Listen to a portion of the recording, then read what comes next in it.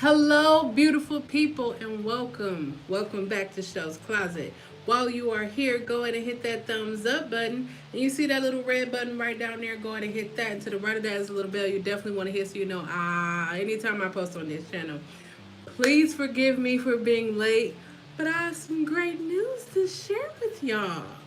I mean, in a minute. But right now, if you could be so kind and go right up there to the community tab and vote. Vote. Vote for a song, any song from 2007 that you want to hear me sing this coming Saturday for Saturday Night Vibes. I am so excited right now. I am so excited right now. I just literally got off of a phone call. This phone call is what lets me know that what I am doing right now, this exact live, lets me know that I am exactly where I am supposed to be. I'm literally, can y'all see that? I'm literally shaking.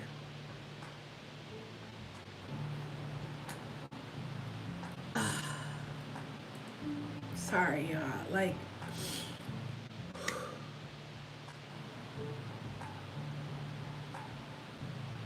hey Smurf, thank you so very much. Um, I told y'all a couple of videos. I'm pitching tomorrow, for my one of my businesses.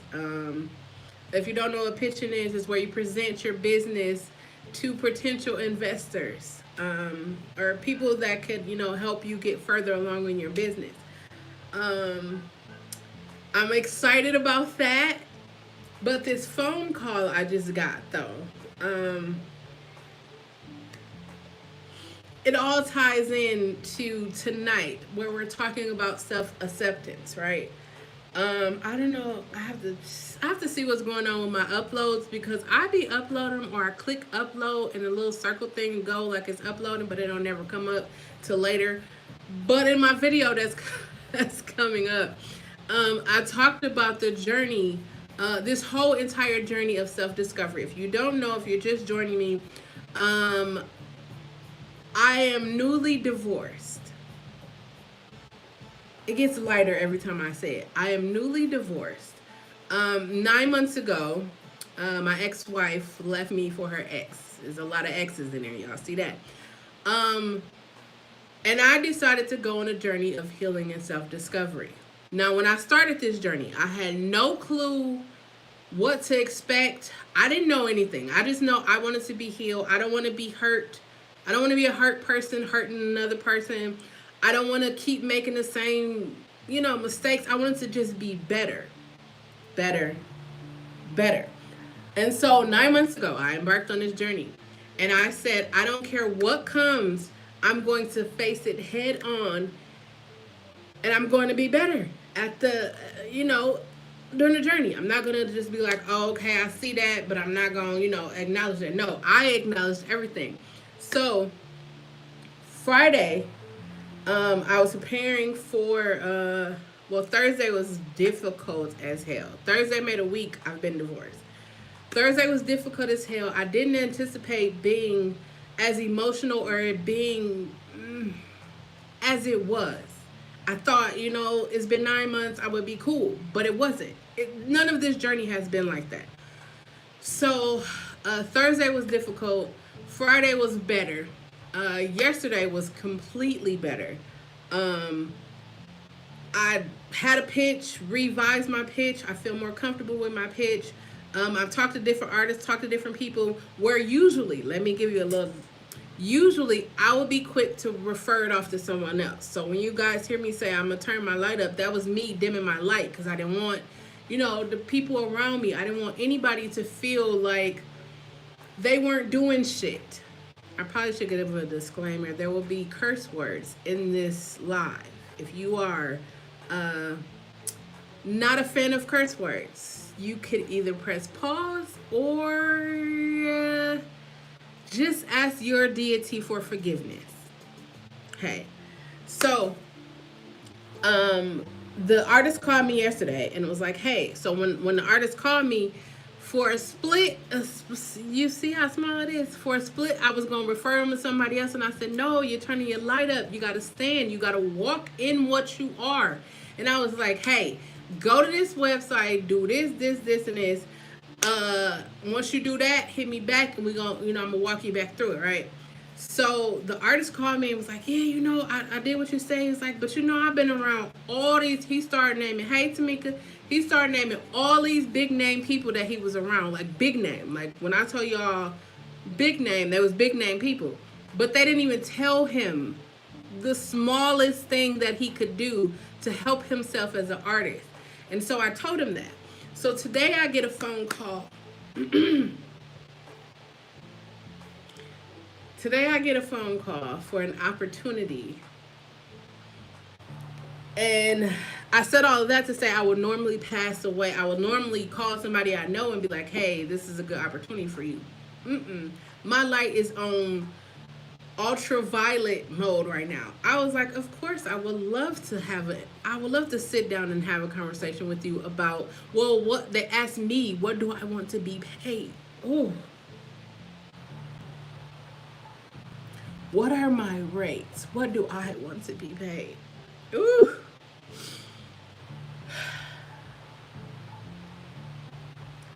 That might not mean nothing for you, but that means a lot for me because I am standing in the very thing that I knew one day. I said, I know there is something. I knew there was something on the inside of me that was keeping me from being great. And guess what it was?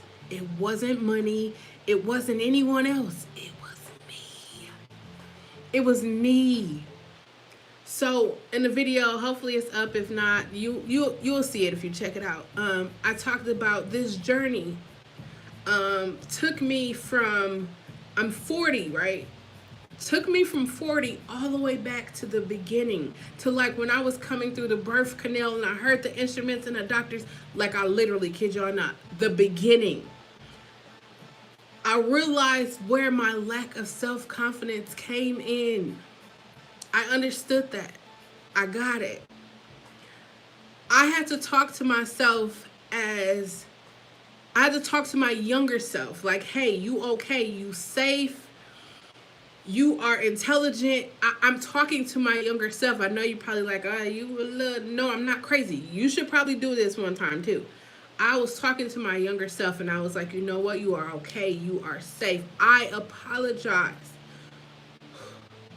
I apologize to my younger self for putting it in situations where I really, number one, I shouldn't have never been in a lot of the situations that I was in, but I was in them because I thought that I was protecting myself.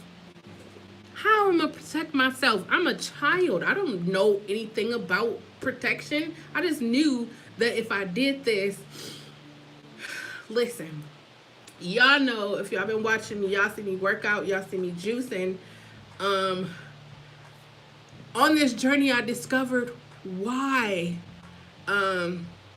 it was so hard. Why it was so hard for me to do. Like, I never liked diets. I never liked any of those things. Right now, I'm not even saying that I'm on a diet. I'm not on a diet. I'm just being healthier.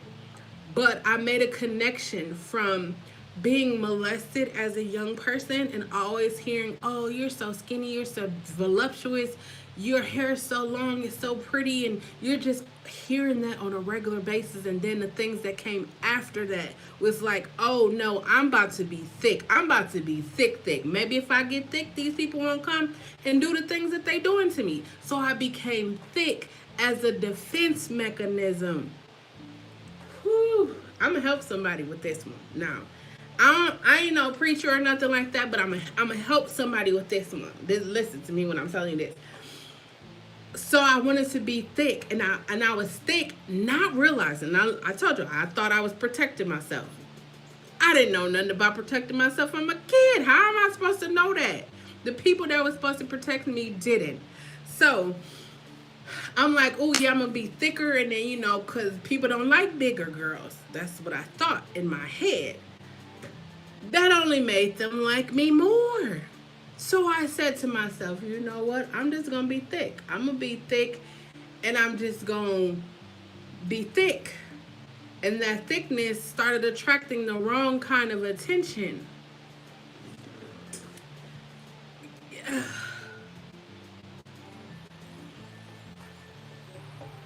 January. January. I started this journey in September. January. I said, you know what I'm going to do? I'm going to start working. I'm going to work out. I wrote on my board, on my whiteboards. I got whiteboards. I wrote on my whiteboards. I'm going to live healthy, mentally, physically, all the icklies. So January, I was like, you know what? I'm processing. I'm just going to process everything. I'm going to feel it. I'm going to experience it. I'm just going to be in it. I'm going to set in it. February, I started juicing. I struggled with juicing before, y'all. I started juicing. I don't even know what number of day. I started juicing February. Is May. I'm still juicing. I'm eating too, but I'm eating healthier, lighter versions. But I've been doing this for more than 10 days. I've been working out for more than 10 days. I understand that me being thick was a defense mechanism. Do y'all hear what I'm saying? Like, it was a defense mechanism. I accepted that. It's like, this is why the call was important. I come from a long list of educators. I mean, like college. I mean, like tenure. I mean, like all the way down to educators, from all the way up there to all educators. I did my ancestry and found out that musicianship, entrepreneurship, and education are like the top down from whatever, right? I decided I didn't want to be a teacher. Who wants to be a teacher? I can't be no teacher because if one of these kids get out of, hey, I can't be no teacher. I just know I can't. I have a podcast. I have a podcast where I share music business tips to help artists understand that they don't need a major record label. They just need themselves and to put in the work themselves. It was in the midst of this podcast that I had to sit down with myself and say, regardless of how much I do not want to be a teacher, I am a fucking teacher. I don't necessarily have to be in a classroom, but I am a fucking teacher. If y'all haven't noticed, that fucking is my fuck just makes everything sound so much better. It makes me feel better when I say it. But I am a fucking teacher. So in January, when I crossed over into 2021, I was like, you know what? I'm going after everything that I ever wanted to do. I survived. We survived a global fucking pandemic. I'm going after everything. I don't even care. I told y'all I was going international. I'm definitely going. So when I got the phone call, they were like, hey, do you have a program where you can help artists that's just getting into the industry understand the business? This chick that didn't want to be a teacher doesn't want to be a teacher. This chick I already had a curriculum. I don't want to be a teacher, but why do I have a curriculum? Even when I didn't want to do it, I was still doing it. Oh. Do you have a curriculum that can help up and coming independent artists? Of course I do. Would you be willing to teach these courses?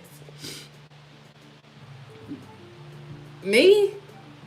Yes, would you be willing to teach these courses? Yeah. Well, what's your rates and what would be the rates of the class? Is there a workbook to go with it? Yes. Is that included in the...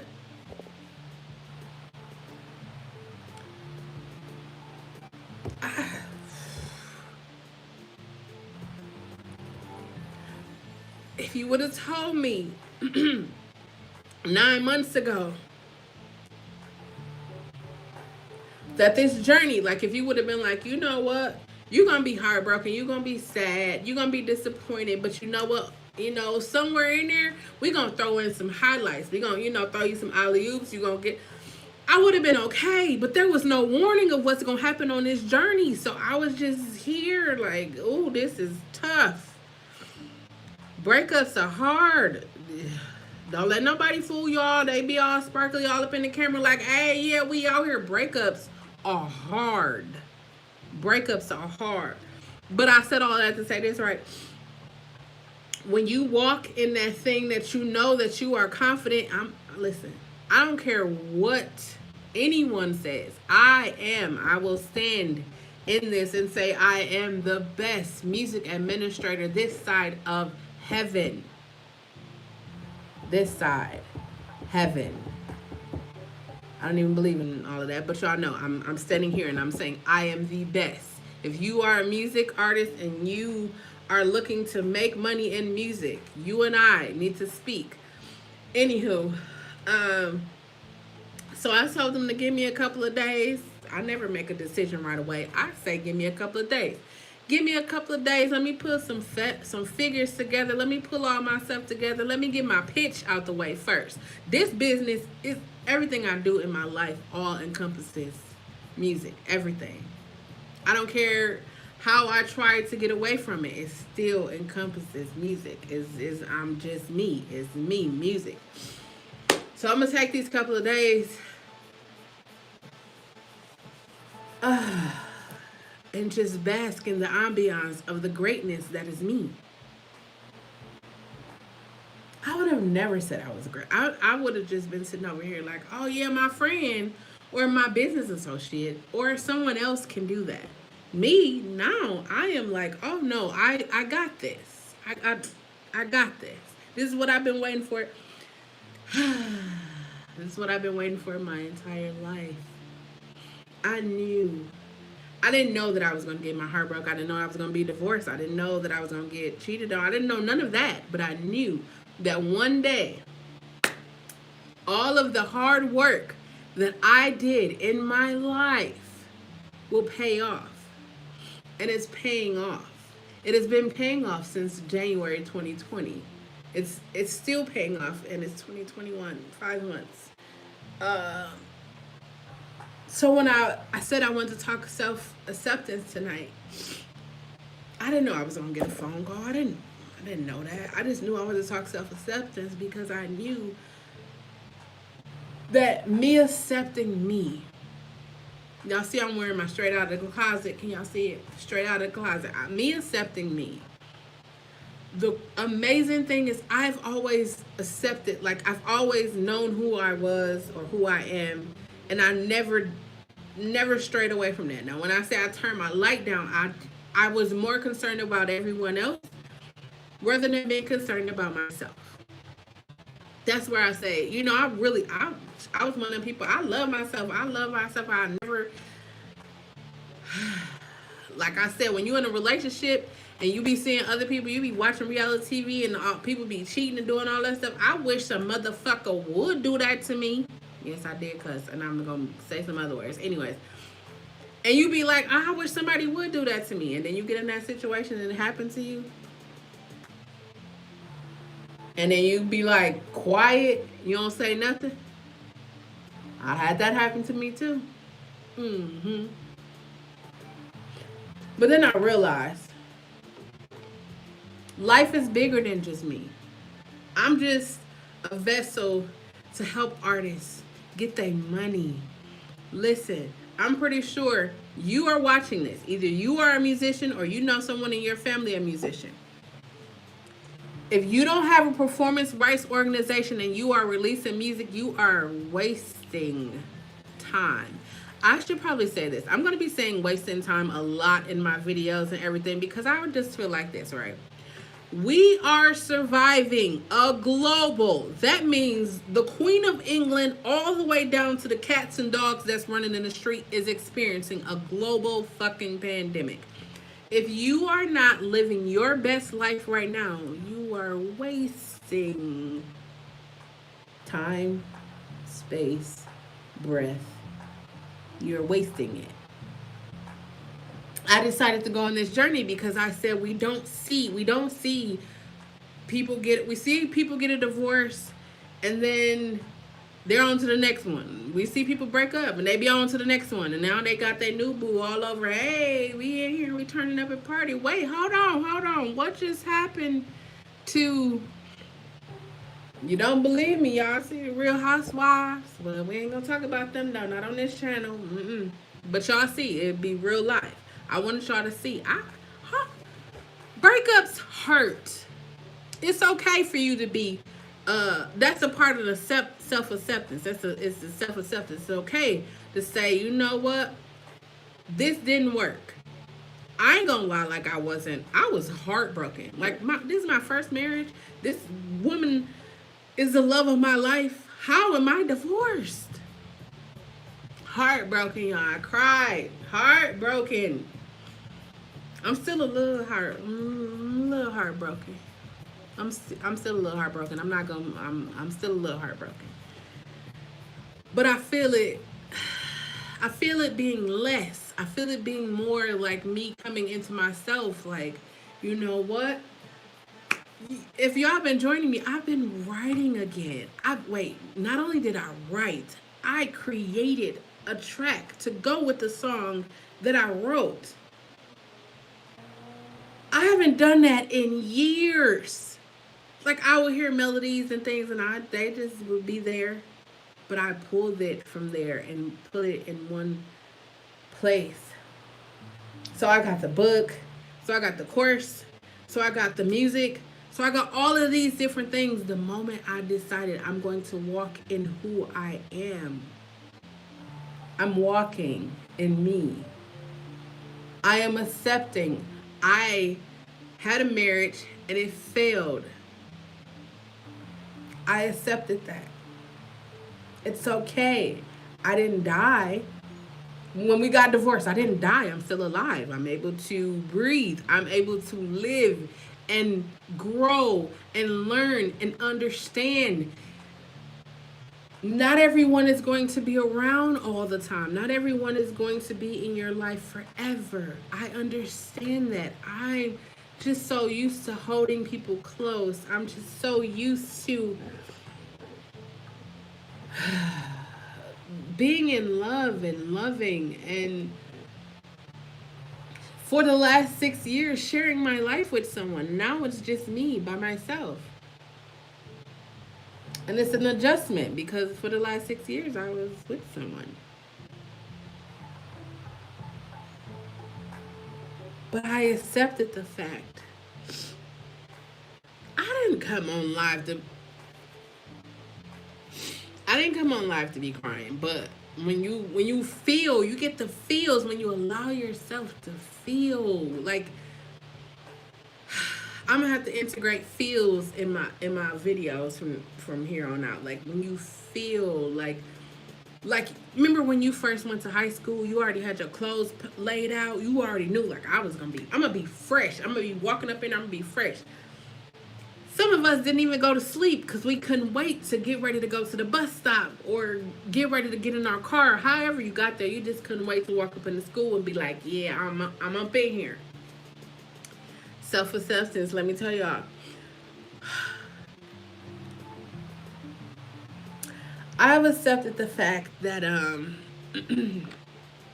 my major health scare when I was 18, I don't know if y'all know, but I do have a video, it's a story time, where when I was 18, I lost my ability to walk and talk. And they told me I would never walk and talk again.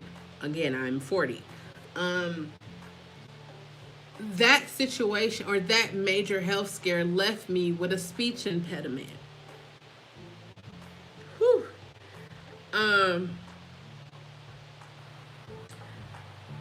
A lot of things I wouldn't say. I wouldn't do videos. I wouldn't do a lot of things because I wasn't comfortable. I wasn't comfortable with my speech impediment. I made light of it as a way of coping. I made light of it. I made jokes about it. I did all of that as a way of coping. With the fact that I have a speech impediment. I stutter, and sometimes I can't say words correctly. I didn't even think about the fact I was more concerned with the fact that I stuttered or couldn't say words correctly. And I forgot about the fact, this is where I'm accepting. I'm sorry, y'all. I'm going to be crying because this is accepting. I'm accepting these things. I forgot about the fact that they told me I would never. You know when people say never, you probably told somebody, I will never talk to you again. I will never. You know the emphasis that is put on never.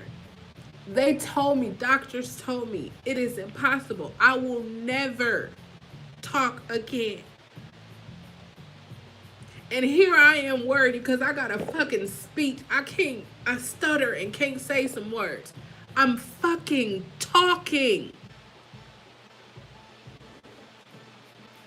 When that reality hit me, y'all saw, you see, that reality hit me. It's like I'm worried about I could still not be talking, but I'm talking.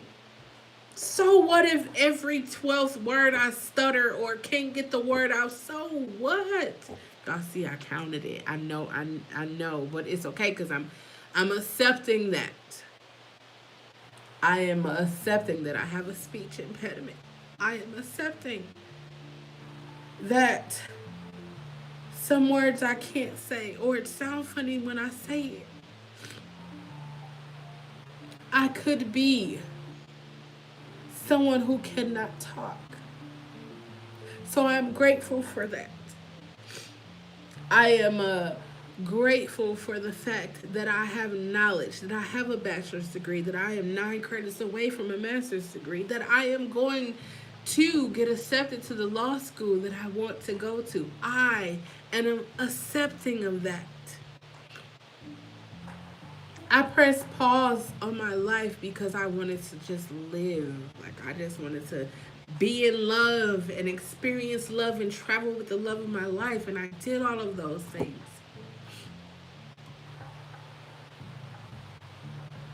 And now it is time for me to walk in my greatness. It is time for you to walk in your greatness. I have accepted the fact that I am pretty comfortable on camera now. I did not like to be on camera. I did not like to be talking in front of people. I didn't even plan to have a podcast, but I figured people listen to podcasts. I'm a researcher, so I be researching everything. I be paying attention. I be watching trends. I be doing everything. Listen, I watched and I said, if I can get a podcast, and I understand that people can't, their attention spans is really, so if I can do, it's podcasts when people doing 15, 30 minutes an hour, I only do 1 minute. 1 minute and 22 seconds. The 22 seconds is actually the ad that's sponsorship. But 1 minute, I could tell you everything you need to know about the music business in 1 minute. I never would have got to this point. I never would have got to this point had my life not had went the way it was. Had COVID not happened. Had life just not happened. I honestly feel like I would not be here. I would probably still be doing the same thing that I was doing before COVID happened.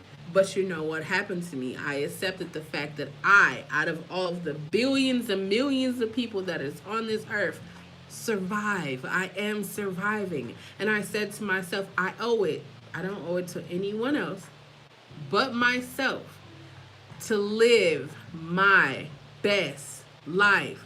I have been given, I don't even know what number chance this is right now. Like, listen, I'm gonna tell y'all. It's on this channel. My mother gave the birth story of me about I died, she died, they revived us, and then we died again. It was a lot. So that was when I was a baby, then when I was 18, then when I was like 20 something. Listen, I was supposed to be gone a long time ago, like a long time ago. But the fact that I'm still here means that there is something that I'm meant to do. The fact that you are still here means that there is something that you are meant to do. I allowed I allowed the experiences that happened to me in life in general, to cloud my dreams, my hopes, my aspirations. Y'all see that? Y'all see me every now and again, but I'm here right now. I'm wide open. I'm all the feels. I'm getting feels from everything. Like, just knowing that I'm almost at 700 videos in 9 months. Like, I'm I have a fucking curriculum. How? I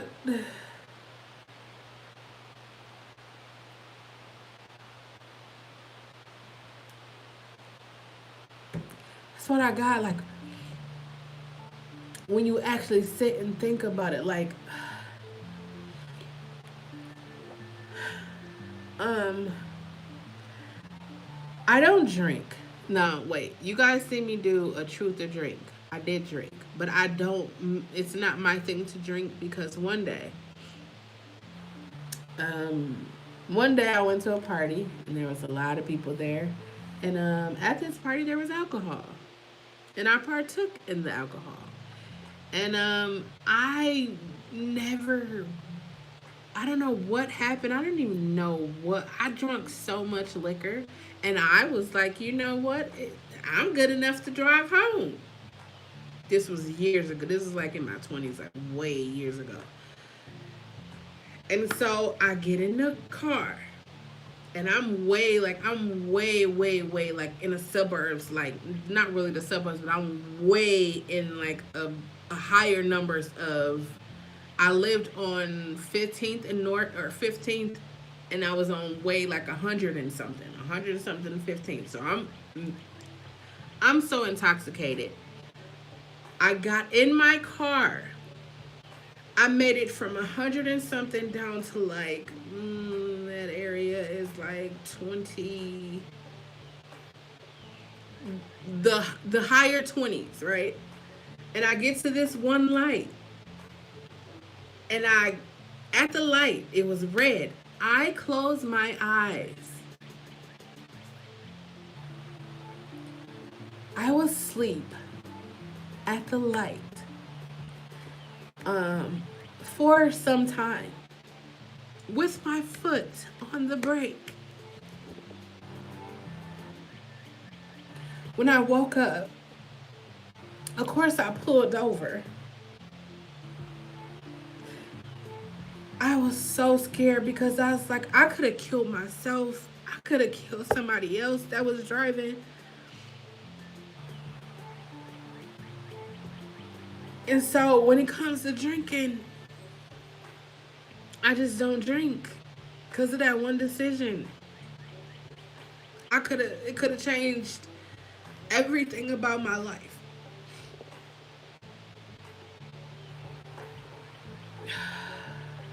When you accept what your life is.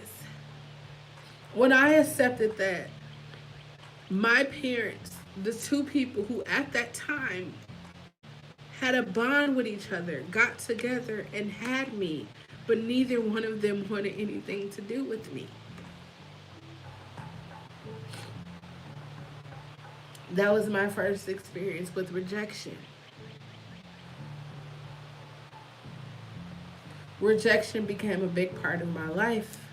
The two people that are supposed to, show me love and support and encouragement and all of these things didn't show that to me. Luckily, I had a grandmother. I had a praying grandmother. Luckily, I had a grandmother who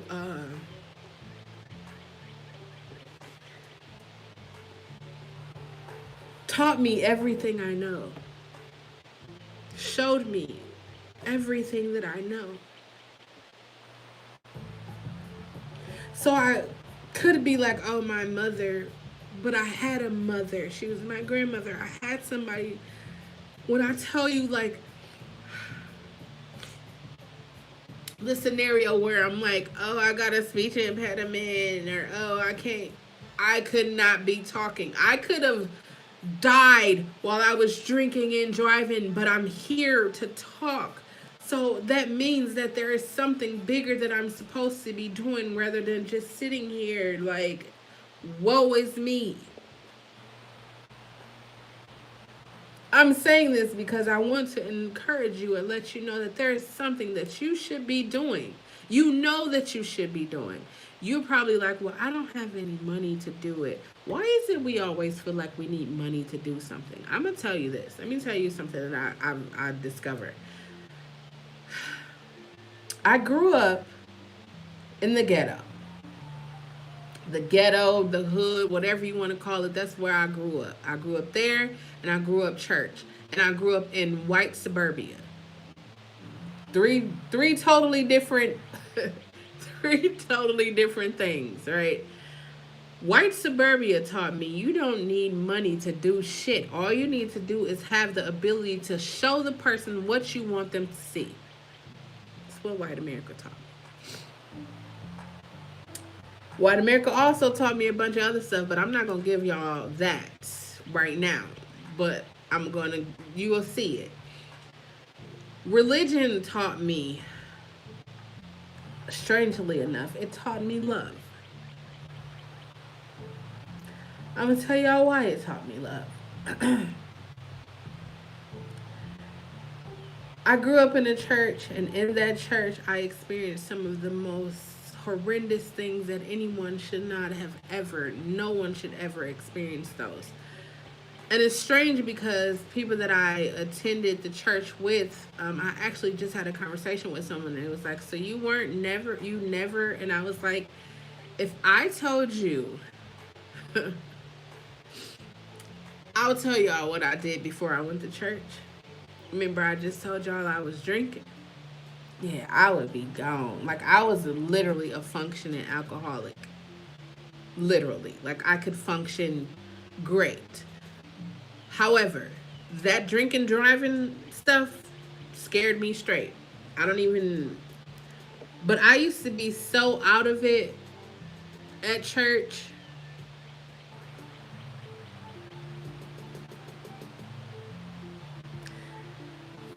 I'm going to say this. If you ever plan to go on a journey of healing and self discovery, all I can say is be prepared to cry, laugh, be angry, feel everything. Feeling is everything. That's what lets you know that you are human. I think sometimes we forget that we are human. They tell us, oh, we should strive for perfection. We should strive to be like whichever deity you believe in. Perfection is something that doesn't exist. So we spend our lives trying to accomplish something that doesn't exist.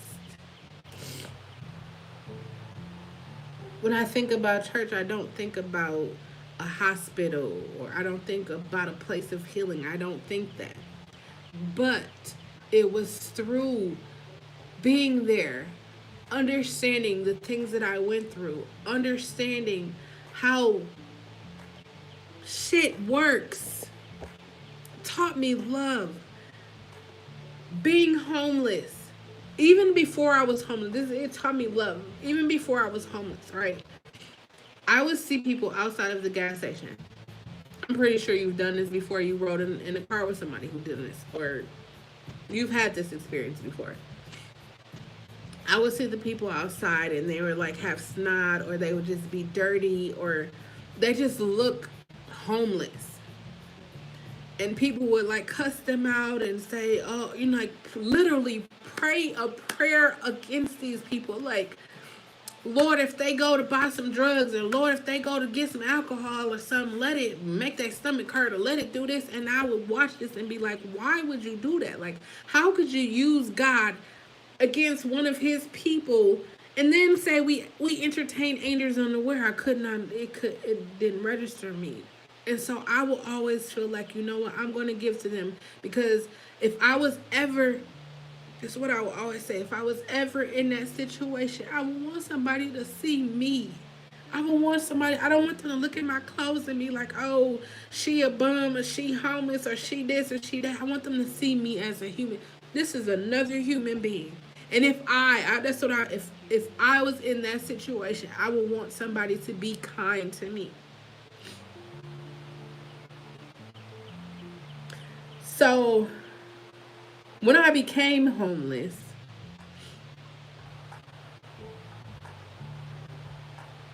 many people didn't know that I was homeless. But I literally had no place to go.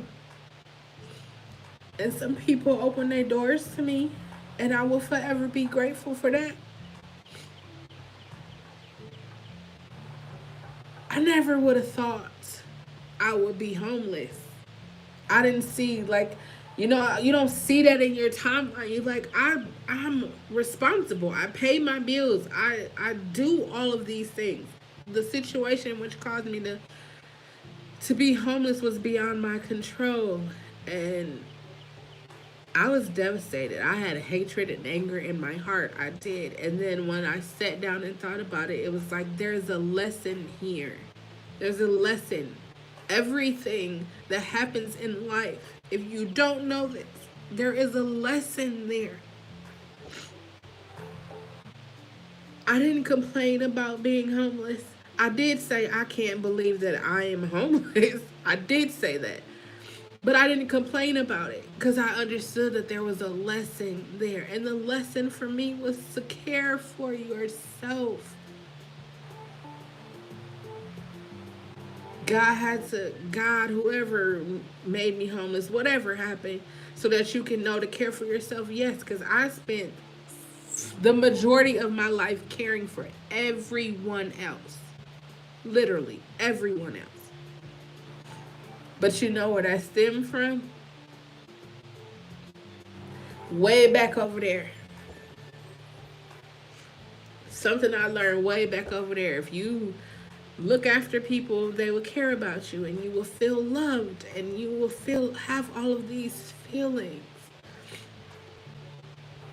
I literally had lost all hope when it came to religion.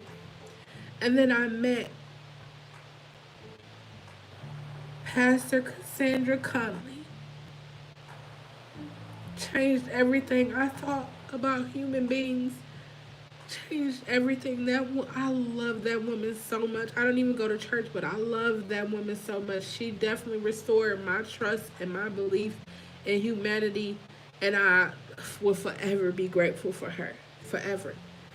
Even though I don't go to church. But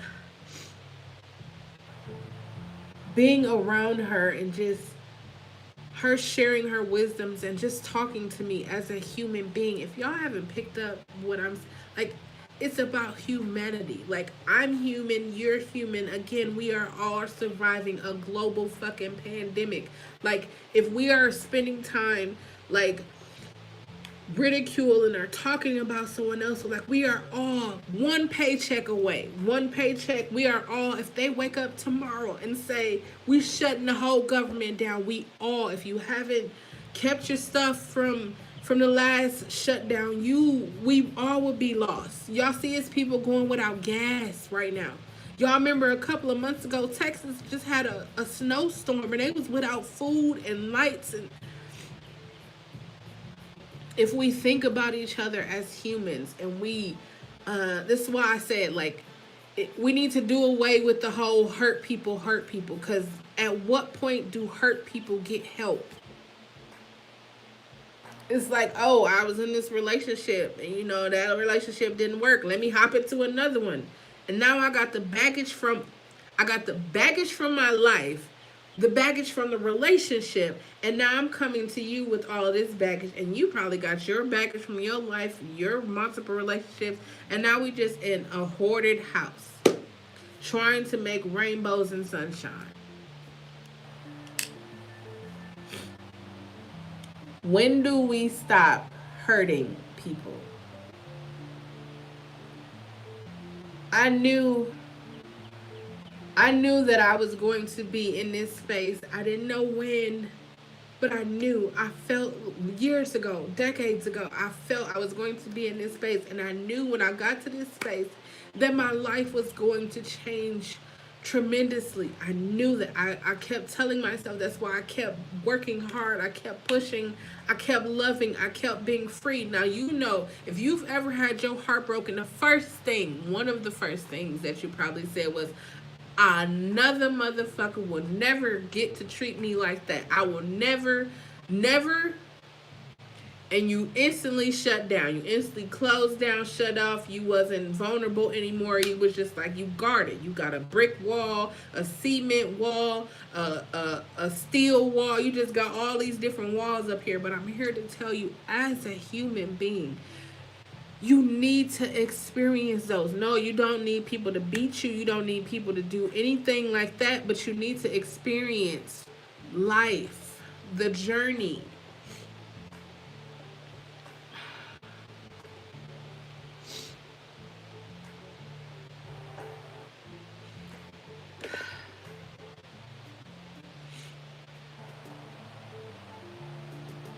I did not anticipate coming here and crying. I was just like, oh, y'all, let me tell y'all, I accepted that, you know, I'm a teacher. I accepted that I am the greatest music administrator this side of heaven. I accepted that I am taking my LSAT in October. I accepted that I am going back to college. I was here to tell you all the things that I accept, right? And I forgot on this journey, it's not about me. I can't pick and choose what I want to heal from. I can't pick and choose what I want to let go. I can't pick and choose any of that. It's like, as it is presented to me, I just have to say, okay. Okay. When I thought about when I literally before I did yoga earlier, I was like, oh my God. I use weight as a defense mechanism.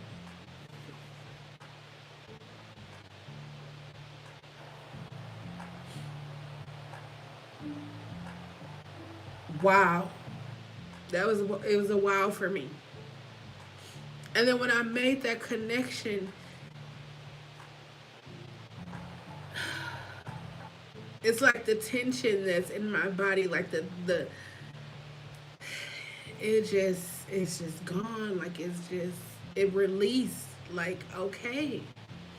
When I said accepted the fact that I am a teacher, it was all of the things that I didn't want to do. And then I got a call like, hey, do you have I'm a teacher.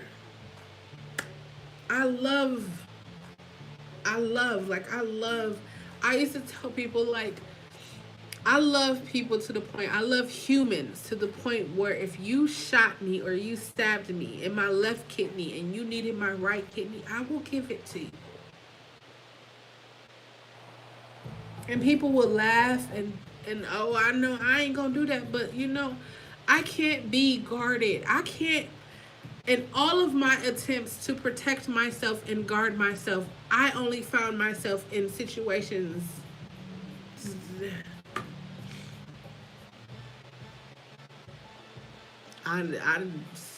There's nothing I could do about these situations. And now, as a 40-year-old person who has went back to understanding what the dynamics was between my parents, understanding that before I came, my father had a daughter and she died. Having a conversation with my father, and he's telling me, no one told me how to deal with the loss of a child. So you have one daughter die And then your next child is a daughter.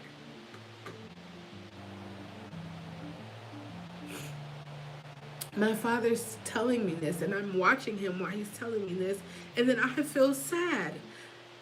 I'm like, I didn't know that. I just knew that you weren't a father. You weren't there. I didn't have you when I was growing up. I just thought, you think like, oh, my life would be so different if you were there, but it made perfect sense for me.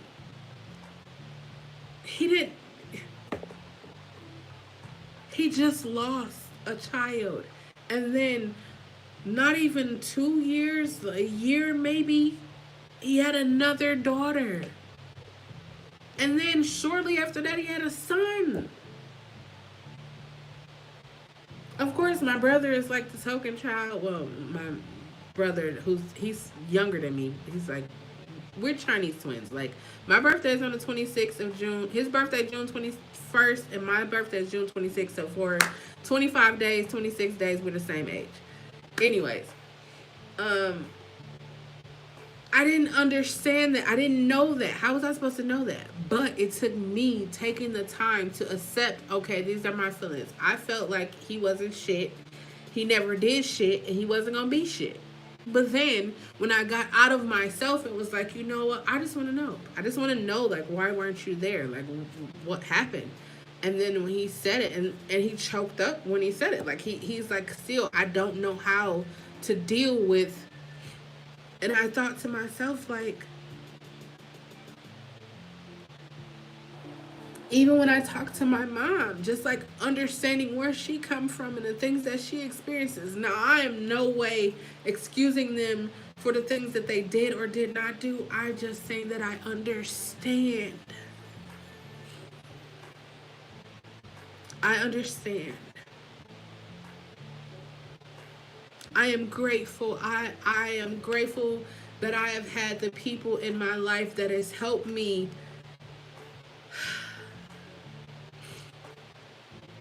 despite of all of the things in my life that should have, I'm not gonna say it should have took me out. It didn't.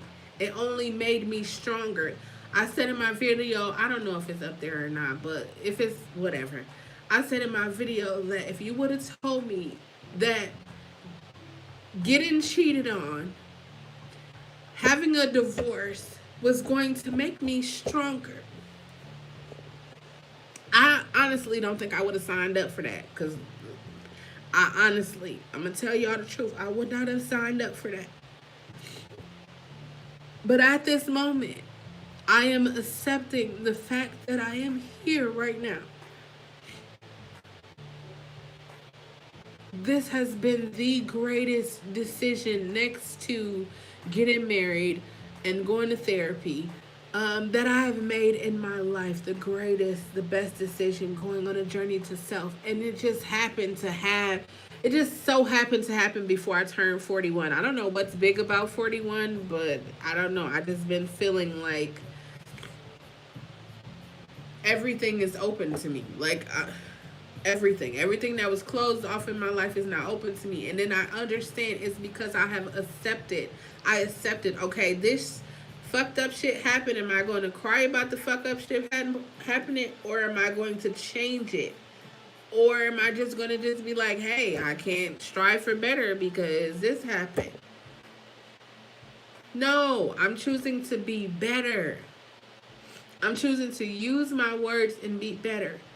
When I say use your words, I be telling y'all, I literally be looking in the camera talking to myself, but I'm talking to y'all too. I think I like to talk to myself. I don't know.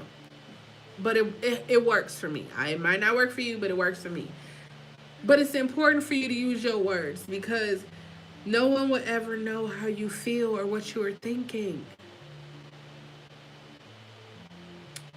My ex-wife will always have a special place in my heart. And I'm going to tell you why. When I was homeless, this woman has 9 siblings, a mother and a father. But when I was homeless, She stayed with me the entire time I was homeless. She could have went to any one of her siblings, her parents. She could have went anywhere, but she stayed with me in her car the entire time. She will always have a special place in my heart. Not just because of that, but that has something to do with it. When I think about YouTube, I think like I was doing YouTube before all of the life decided to do whatever it was going to do to me. And I was like, I was embarrassed. I was embarrassed. You see, I just put a word to that feeling. I was embarrassed. I was embarrassed. I'm literally processing on the go right now. Like, this is literally coming up. I'm freestyling this right now. This is so crazy because I was embarrassed.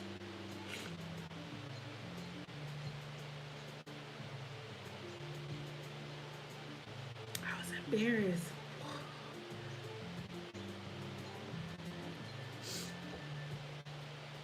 I was embarrassed. It's like when people ask me like how do you feel being divorced, and I said I'm sad. I'm sad because the marriage that I experienced, my experiences in the marriage, I was happy.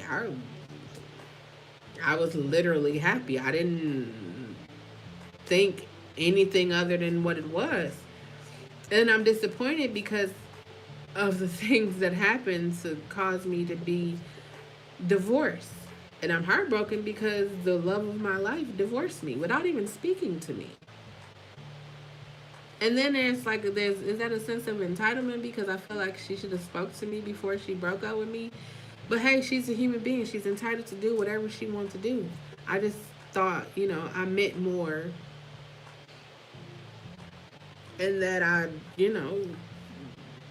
was worth at least a conversation or something. But when I took myself out of the equation, I was like, you know what? Maybe she just had a lot of shit going on and she just couldn't talk to me about it. Or she just, I don't know.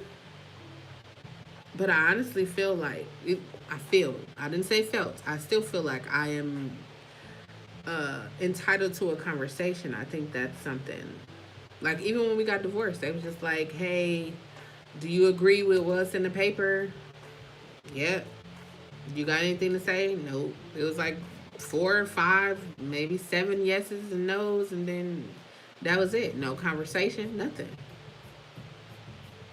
I'm pretty sure I probably won't get a conversation. Maybe. Fingers crossed, maybe. But I just thought, like, when you think that you mean more, like, you want to mean more. That's what it was. I wanted to mean more to her than I actually meant. That's the reality that I accepted also. Was that I was in this marriage and was thinking like we was growing, building, or I was in that marriage.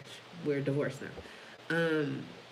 I thought that we were growing, we were building, we were getting to know each other, we were letting, it was just us, just clearly it was something totally different.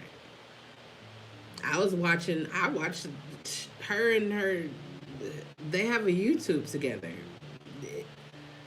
I'm watching videos and things like this, like, damn, I never knew that. Like, how did I never know that? I know a lot of things, but I didn't know that. It's a very eye-opening experience when you have to sit back and just be like, damn, I didn't even, you're comfortable telling social media, but you can't even speak to me. I don't know. Even when I think about being divorced right now, like, nobody tells you, like, people like, oh, you should get married, you should, marriage, blah, blah, blah, blah, blah. But nobody tells you about divorce, though. Like there's some people who's like, girl, you should get on a dating app. You should go date. I got a video on her where we was talking about, oh, you should get back out there. And I thought to myself, like, nobody really talks about divorce. Breakups are fucking hard. It's been 9 months, but I still really haven't adjusted to like, okay, I'm divorced. It's only been a week since I've been divorced, but like it's been 9 months since she's been gone, and it's like I'm still. You have the what happened, you have the why did it happen, you have the how did it happen, when did it. You have all of these different questions, and it's like you're not gonna get the answers to them. So it's like, okay, what do? Do you like keep asking yourself the same questions, or do you? I have accepted the fact. Um, I have accepted the fact that I am divorced. I have accepted the fact that the woman that I was in love with did not love me. Ooh, one moment. Ooh.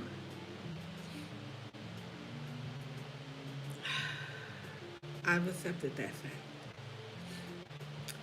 I've accepted the fact that I gave my faults, my fears, my failures, my strengths, my weaknesses. I gave everything that I had. Everything. And it still didn't work. And for a split second, I was going to be like, oh, well, fuck everybody. Fuck everybody. Fuck everything. I even, let me tell y'all, I joked. I said, you know what? My ex-wife used to be like, "Oh, you playing a game with me? You playing a game?" And immediately when they said you are divorced, like I listen, y'all. I'm not even going to jack. I cried the entire time while I was on the, thanks to COVID or the pandemic. We were on the phone. I cried the entire time of the phone call, which was like 15, 20 minutes. I cried the entire time.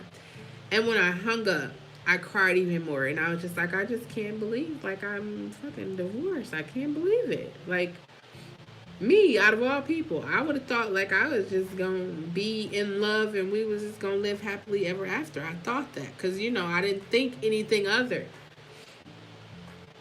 But now I'm sitting here like, I should have fucking paid. I should have cheated. I should have played the game. That's not how I'm sitting here. At that time, I was just like, all of those things run through your head. But then I was like, no, that's not me. That's not me. I love in spite of. I love regardless. It's just me. I know I've been working on it. Listen, I've been praying. I don't even pray, but I've been praying that I could have this heart that these people have out here where they just be doing dirty, devious, downright just nasty things. Why are you praying for that? I just wanted to know what that felt like to like treat somebody horribly and then sleep good, or treat somebody horribly and then go to dinner or go out to the club. Like, how do you do that? How do you know that you just really royally fucked somebody's life up and you go party?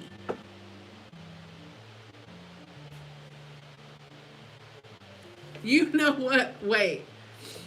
I just said, I looked down. I don't know if y'all saw me. I looked down and I said, oh my God, I do have food right here. I do. It's jerk Alfredo, shrimp, chicken, and I got garlic bread. I told y'all I didn't plan to be here crying. But that's what happens when you accept it. When you accept life, that's what happens. I'm gonna have to warm this up. And then my mom just texts like, hey, are you coming to get some food? I'm eating, or, well, I'm not eating. I should be eating, but I'm not eating because I'm talking to you guys and girls and non-binary people about accepting yourself. And y'all literally watching me process all at the same time. I told y'all this is why I do YouTube, because we don't see people like. The crazy thing is like, oh, someone said, look, you're divorced now, you should write a book. And I laughed because I was already writing a book. I was already writing a book. And this marriage divorce chapters is going to be really spicy. Spicy. I did not intend to come on here and do any of this. I was just going to be like, y'all got to accept yourself. Whatever life throws at you, make you some lemonade, lemon drops, lemon muffins, lemon cupcakes. I was going to tell y'all all of that. I can't even. I'm real. I was embarrassed, y'all. I was embarrassed the fact that I had a stutter.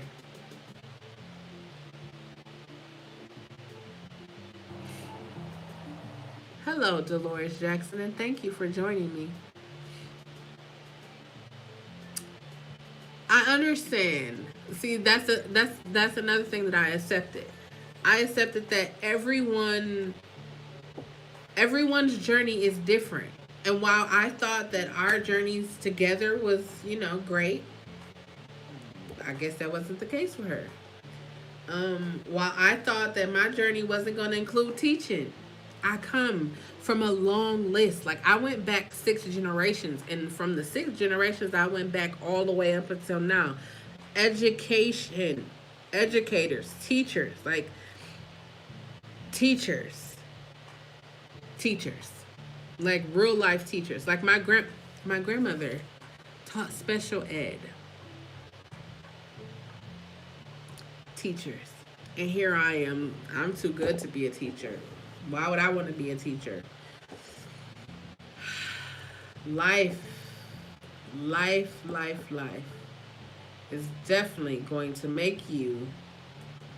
I'm not going to say it's going to make you, but it will assist you in getting to where you need to go. I said when I got to this point where I released and let go, I couldn't put my finger on it to figure out what it was, but I knew. I knew that it was there.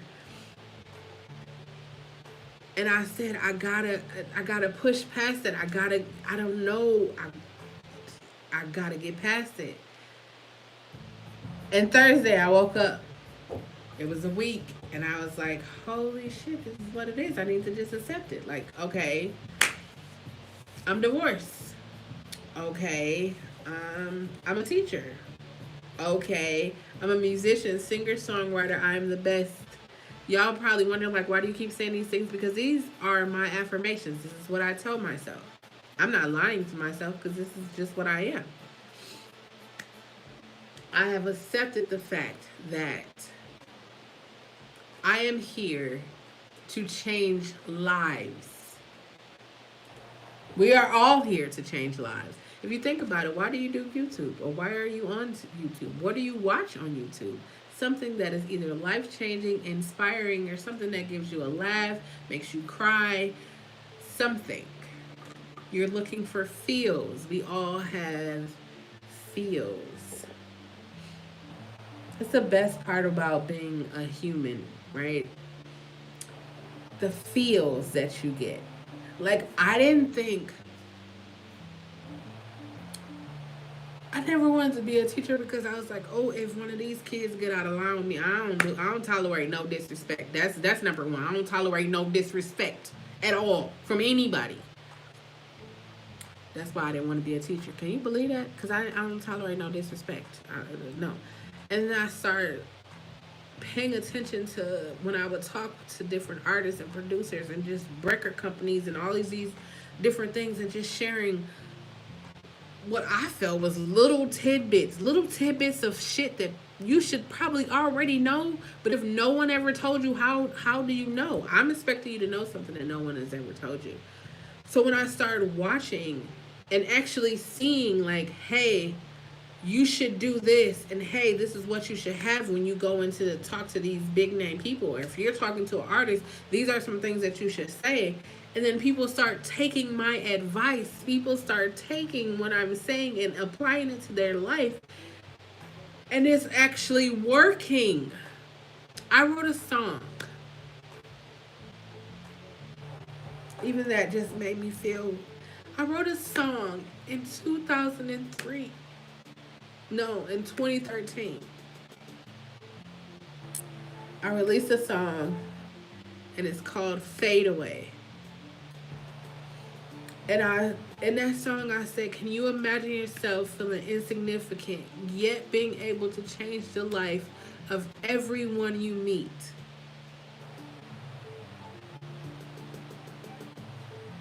When I wrote that, that's how I felt. Like that's unconsciously how I felt. I didn't write that because that's, like that was unconsciously. I just was like, let me write this song, and I wrote this song, and it's like, holy shoot! I listened to it the other day. I usually don't listen to, like, even when I do YouTube, I don't watch them, or I didn't watch them.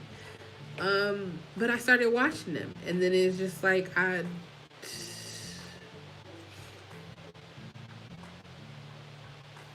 never thought I would be here. Listen, I never thought I would be 40. Never thought I would be 40. My life was not an easy one. I'm sitting here and I'm talking to you. It was not an easy one. Like, it was so many different things that was literally trying to take me out because they didn't want me to get to this moment right here. It didn't want me to get here. But I'm here. And I am accepting that I'm here. I don't know if my internet went out, or let me just try all of this. Let me try this over again, because I was going to put my song in the chat, but it's not working. I'm going to just have to refresh all of that. That's crazy. I was going to put it in there so you guys can listen to it when you get a moment. It's called Fade Away. Yeah. Actually, you know what? I probably could play it from my computer. I didn't even think about that. Nope, it's not on here. But I'm gonna try. Hold on, I'm gonna try to pull it up. That's what I'm trying to do so that you guys can hear it. I'm gonna drop it in the chat so you guys can check it out. Maybe it's just not.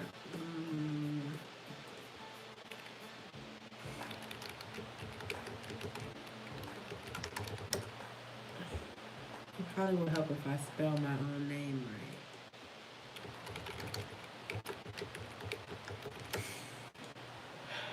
No, I think I don't know what just happened. Do y'all see me? Can y'all put a thumbs up if y'all see me? If y'all can't, it's okay, because I feel better. I feel a lot better. Just being able to breathe. Like,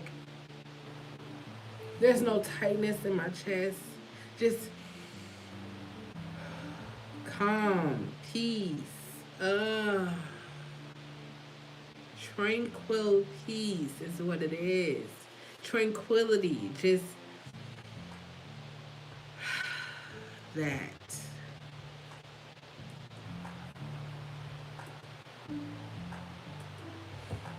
Is that. It's all of that for me. All of the feels, all of being able to say, like, I was embarrassed. Forget the fact that they told me I would never talk again or walk again, but I was embarrassed. Not the fact that I am a fucking walking miracle. How do you put fucking and miracle in the same sentence? Like I just did. Oh.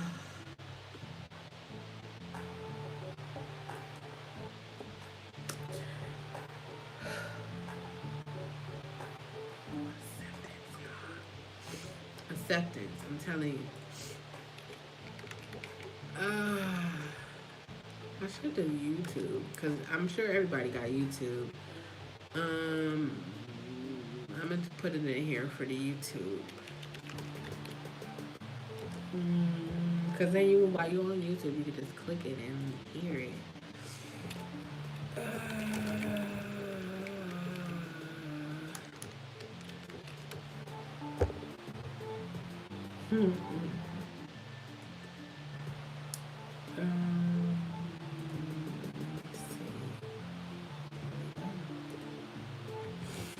I'm putting it in there. I had to refresh the whole system. That is my song. It is entitled Fade Away. The first song I had ever released ever in my life. It's right there. Um,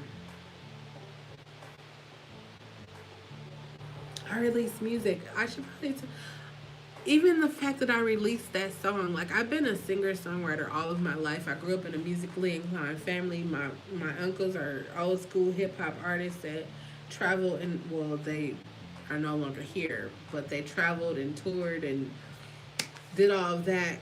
And I said that I am going to write a song, and I wrote a song. And I was like, the world needs to hear this song. Who am I to say the world needs to hear the song? But the world needed to hear the song. And I released it. Little did I know, I am the world. I am the world that needed to hear that song. I needed to accept the fact that I felt insignificant. Have you ever tried to create something and then your mind is like, you can't do that? You've probably wanted to write a book, start a business, get married, uh, go for a corporate job, whatever you wanted to do in your life, and you know that you have all the qualifications to do it, but something, not something on the outside, but something on the inside stops you from doing that. I told y'all that I was going to go international. The thing that kept me from going international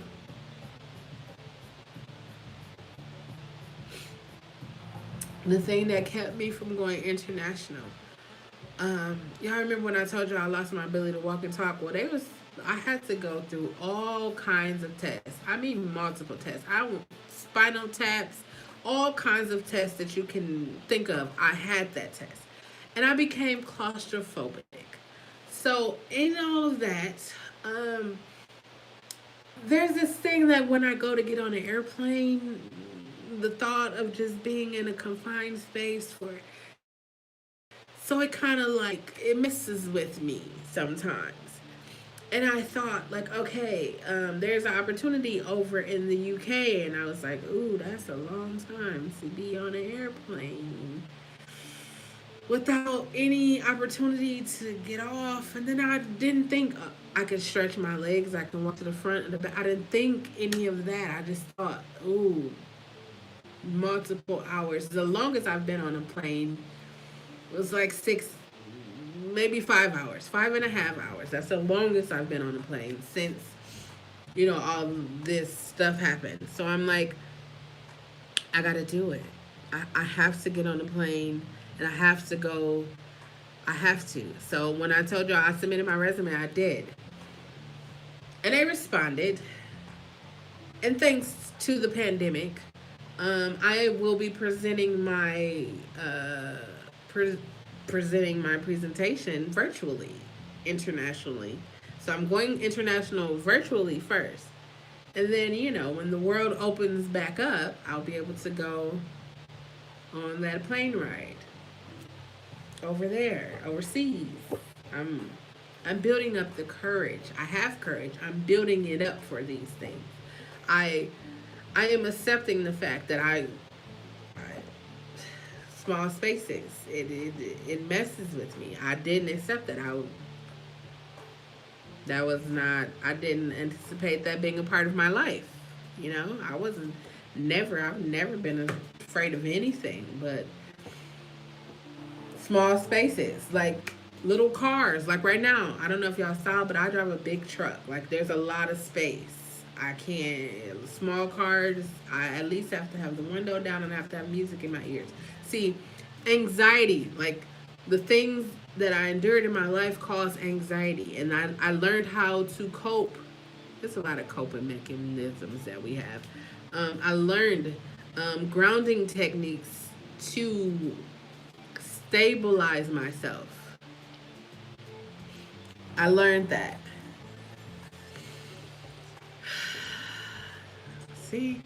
You see? And I was getting ready to pitch a couple of years ago. and I couldn't listen to my own song. And I was like, I need a song that will help me understand how important this moment is. And then the Eminem song from 8 Mile. You better not never let it go. You only get one shot. Do not miss a chance to blow. Opportunity knocks once in a lifetime. You better lose yourself in the music. The moment you own it, you better not never let it go. It stuck with me. It was my fadeaway. That's my fadeaway, but that was my fadeaway. And every time I get ready to pitch, present, talk, do anything, I listen to that song because it's like, but now I listen to my own song. Why do you think I said we are surviving a global fucking pandemic? If you are not living your best life right now, guarantee you, if any deity was like, hey, who wants to go back? I'm pretty sure a lot of people would be like, I'll go back, I'll do it different this time. You ain't got to worry about me. We are, they'll change places with you and I in a minute. So I figured, why not make the best of being here right now? And I'm making the best of it. And I didn't think that it would be like this. I thought, I was going to have the finest chick. We was going to be, that's what I thought. This is me. This is us. We growing. Our businesses are growing together. Like we here. I didn't know it was going to be divorce and it was going to be like no contact. And then it was going to be like, here's everything you ever wanted. I didn't know that. I wanted it with her. I accepted. I am accepting that's not how it was supposed to go. I thought it was because that's how it was going, but no. That's a no. That realization, when you accept, like at the end of my video, when I say anybody that tells you that says I love you and they can't accept, if you are someone who can't accept someone's lifestyle, I'm not telling you to say, hey, you need to agree with this. I'm telling you to take the time to talk to that person, because if you've never talked to someone who is homosexual, how do you know that you don't like them? Or how is it that you don't like their lifestyle if you don't even know what it is? Have you ever talked to a homosexual? Have you ever even took the time to understand, like, how difficult it is? It's not difficult like that, but it's difficult. You're hating someone for something that they didn't have the opportunity to decide, this is what I'm going to do. That's kind of why I have a little with religion too. Like, how is the deity like, I'm loving, I am caring, I am kind, but the people in the thing is like, oh no, no, no, no, no. God hates that. When God, I said something the other day. It made me think, right? There are 66 books in the Bible. I'm just talking about the Bible right now. I haven't fully read the Quran or anything like that, but I'm just talking about the Bible right now. There are 66 books in the Bible. And out of all of the 66 books in the Bible, there is allegedly, and I'm saying allegedly because if you actually read the Bible, if you have actually read the Bible and you take away all of the things that anyone is trying to tell you, but you actually read for what was in the paper, when you think about the part where it talks about homosexuality, it's not in red. And they said that red is what Jesus said, but it's not in red. When you think about the part of the Bible that talks about homosexuality, you would think that out of all of the 66 books, it would be mentioned multiple times. But it must not have been that important because it's only mentioned once, allegedly. But it seems to be a huge deal when it comes to religion. And then if you guys ever paid attention to the religion, like one of the biggest religions, there's a lot of people that like to touch little kids. When do we start saying, I see this goes with this whole hurt people, right? When do we start saying, you know what? We have hurt a bunch of people. Let us walk in our deity's love and kindness and restore those people. When does when does that happen? Maybe it only happens when people are delivered. That's not saying I don't believe that people are delivered. That's just me saying delivered or converted or live their life how we want them to live. You know what? I'm glad I came back around to this part because I was gonna say this, right? Um Parents. I want to talk to you for a minute. I don't have any kids, but I raised a bunch of kids. My oldest that I've raised is 39. How could you raise somebody who's 39 if you're 40? Because he was right with me. I taught him everything he knows. No, I'm just joking. No, I raised a lot of kids. Um, do you know that the things that you do inspires your child to be who they are?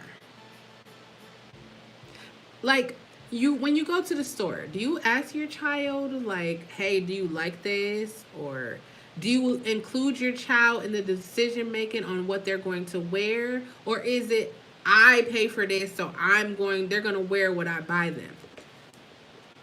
Either way, have you ever stopped to think that you are creating the child that you want? The child, like, if you have a young daughter, right? If you have a daughter and your daughter doesn't like to wear dresses, I'm not trying to tie this into homosexuality. I'm a homosexual, but it's not that. If your daughter doesn't like to wear dresses, but you constantly buy her dresses or pink or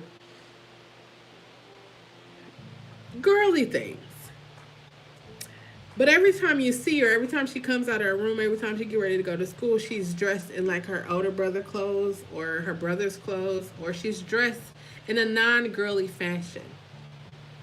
That's a good time for you to talk to your child. If you have a son and your son doesn't like basketball or he doesn't like Jordans or anything like that, like that's a perfect opportunity to talk to your child.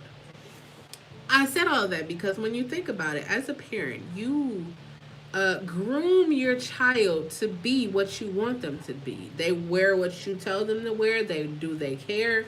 They clean up their room. They do all of that. Yes, you are the parent. However, you as a parent are in charge of ensuring that your little one or your teenage or whatever age you have grows up to be a productive member of society. I remember when I was growing up, we had chores: wash the dishes, clean the bathroom, the kitchen. I know. Do you know that it's people 40 years and older that don't know how to sort laundry? Do you know how to sort laundry? That was something I learned a long time ago. I get it. You could throw it all in there. But I learned how to sort. Like, I learned to sort laundry. I learned how to cook. I learned how to make meals. Um, like, these are things that we learn. I was thinking, I was talking to my brother, and I started to think, I was like, you know what? That's pretty dope. He's like, when he goes to the store, he thought like, I'm just gonna buy him this because I like it. But what if he doesn't like it? Like, what if you buy your daughter that pink dress and she doesn't like wearing dress? She prefer to wear pants. See, then that's the question that comes into mind, because then now it's like, oh, my daughter gonna be gay, or my son. Like, why do people feel like their child being gay is the worst thing that could happen?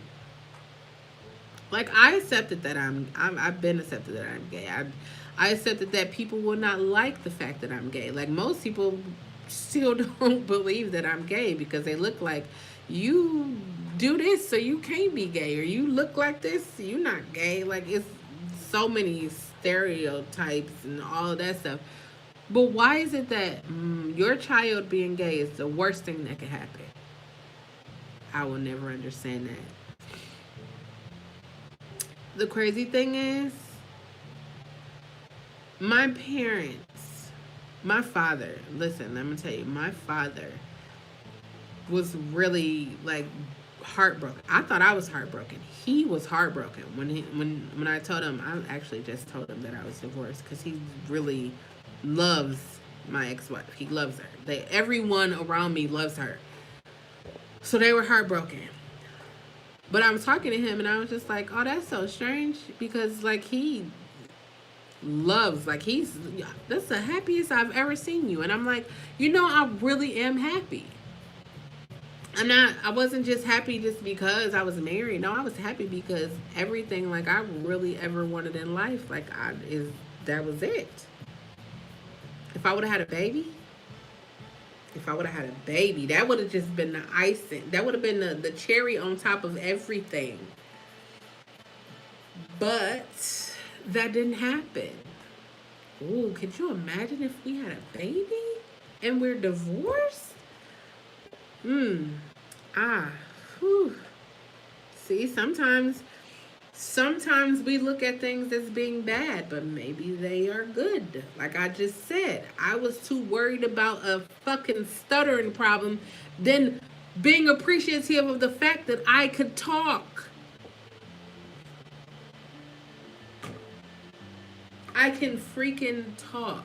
18, they said I will never walk or talk again. I'm 40 and I'm talking, and the only thing that y'all wouldn't even know that I have a stutter problem or I can't say words if I just didn't tell you. But you see, it's me. Like when I be talking to artists or just people in general, and they be like, "Oh, I can't do this," and the first thing they say why they can't do it is because they don't got no money. Way at the beginning, I started this. I said, "You don't need money. You do need money, but you don't need it to do what you want to do." When I started making music, I had like a little Tascam, like it was one of those manual recording things. And so then I got a computer, I got a desktop. I had Macs the entire time. I'm just a Mac. Apple. It's got to have Apple on it. But the more I started recording, the more I started like actually applying myself to things. My brother, all of my brothers are musically inclined. They're all producers. They're all musically inclined. So my other brother was like, "Hey, I got this new software. I don't think I'm going to use it, but I know that you'll probably use it." So like I didn't have to pay for too much of anything because I invested the time in myself and I got everything. Like I'm literally sitting in my studio. My ex-wife bought me a bass. My brother gave me that guitar. I have a MIDI board. I have a acoustic electric drum set right here. Like I have everything I need to be successful. And I'm saying that because you have everything you need to be successful. You want to write a book, but you don't even have an outline, or you don't even have a topic of the book that you want to talk what you want to talk about. I want to inspire you. I want to encourage you today, tonight, in the morning. Take out a piece of paper, or you can even, everybody has their phone in their hand. You can even look at your phone, click on the notes while you're talking to me. If you got an iPhone, it'll still have a video up there. And write down something you want to talk about. You want to start a podcast, write down something you want to talk about. Let me tell you, I started a podcast. I have not promoted my podcast at all. And that was intentionally, right? I just wanted to see if I could do it.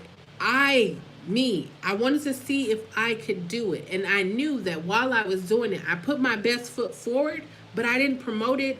I didn't share it. I didn't tell anybody that I have a podcast. I was just uploading regular episodes. I'm on number 20. Tomorrow I'll be number 21. Regular episodes.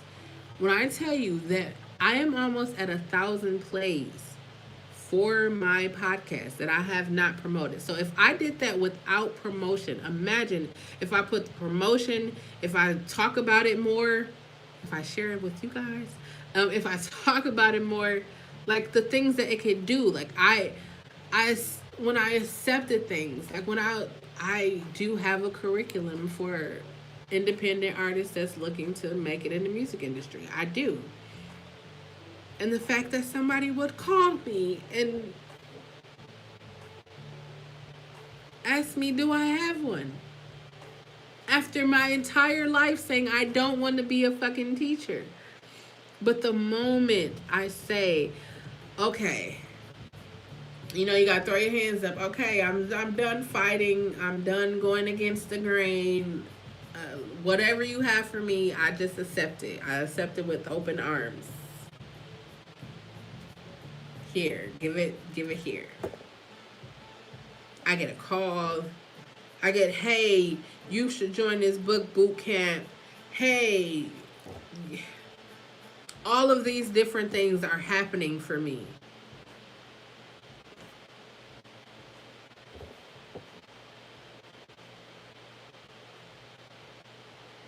And I said, and I'm getting the feels right now because I'm like, I know people are like, everything happens in the timing and all of that, whatever, right? But this time was so long ago. I delayed myself. No one delayed me. I delayed myself because I didn't believe in myself. I didn't believe in myself. I knew, like, I know that I'm the best, but I just didn't believe in myself. I would rather refer it to somebody else or just not do it because, oh, but now, my light is turning up. I feel like if we surround ourselves with people that is where we are trying to go or where we want to go, we will get there. I remember I said I'm going to surround myself with entrepreneurs, venture capitalists, musicians, record label owners, music industry executives, and look at me. Well, y'all see me now, but I am there. I use Clubhouse. If you're not familiar with Clubhouse, you probably should go and check it out. I use Clubhouse to network and connect with music industry execs that I talk to, like regular, like people like, hey, here's my number, take it down. You got anything? You need any? You know, guess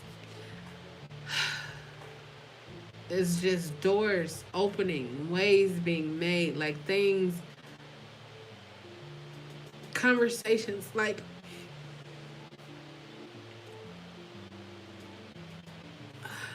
everyone who lives in Wisconsin knows that I like do what I do. So it was shocking to me for me to get an email. Someone had mentioned my name. I don't even know who these people are. I don't even know what organization. I don't know anything, but someone had mentioned my name to this organization, and this organization reached out to me about partnering, and I'm just sitting here like, what?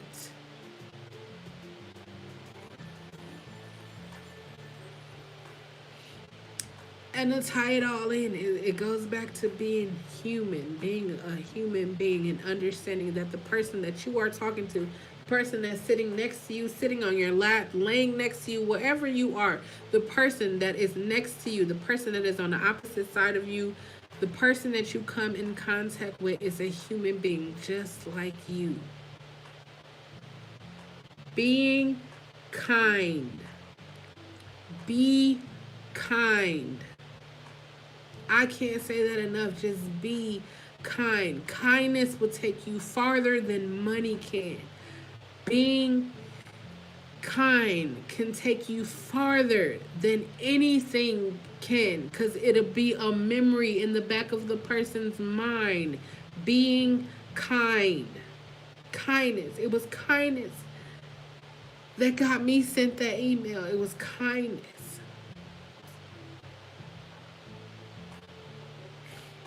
It was kindness.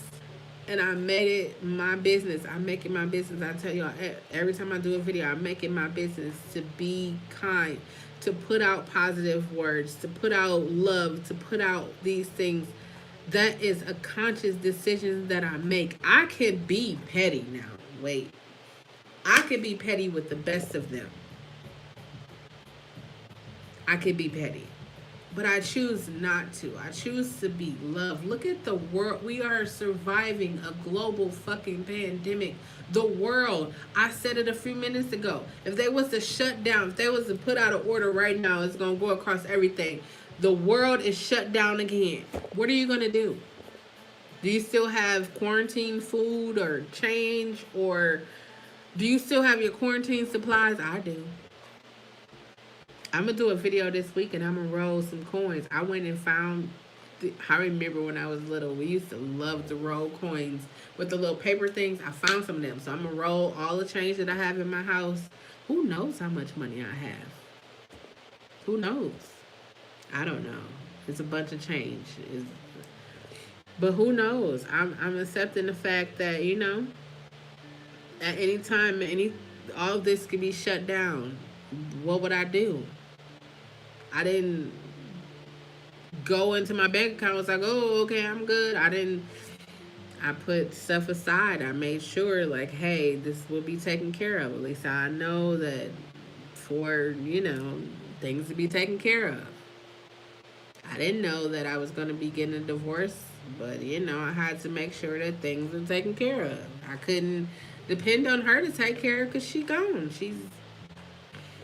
I had to maintain what I needed to maintain. I had to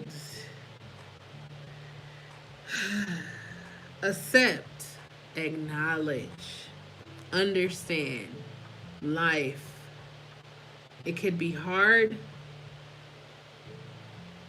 but you could also enjoy the moments. That's the greatest thing that I've ever taken away from life, is enjoying the moments.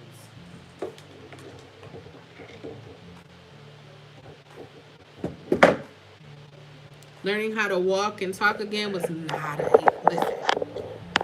I have such a great, great.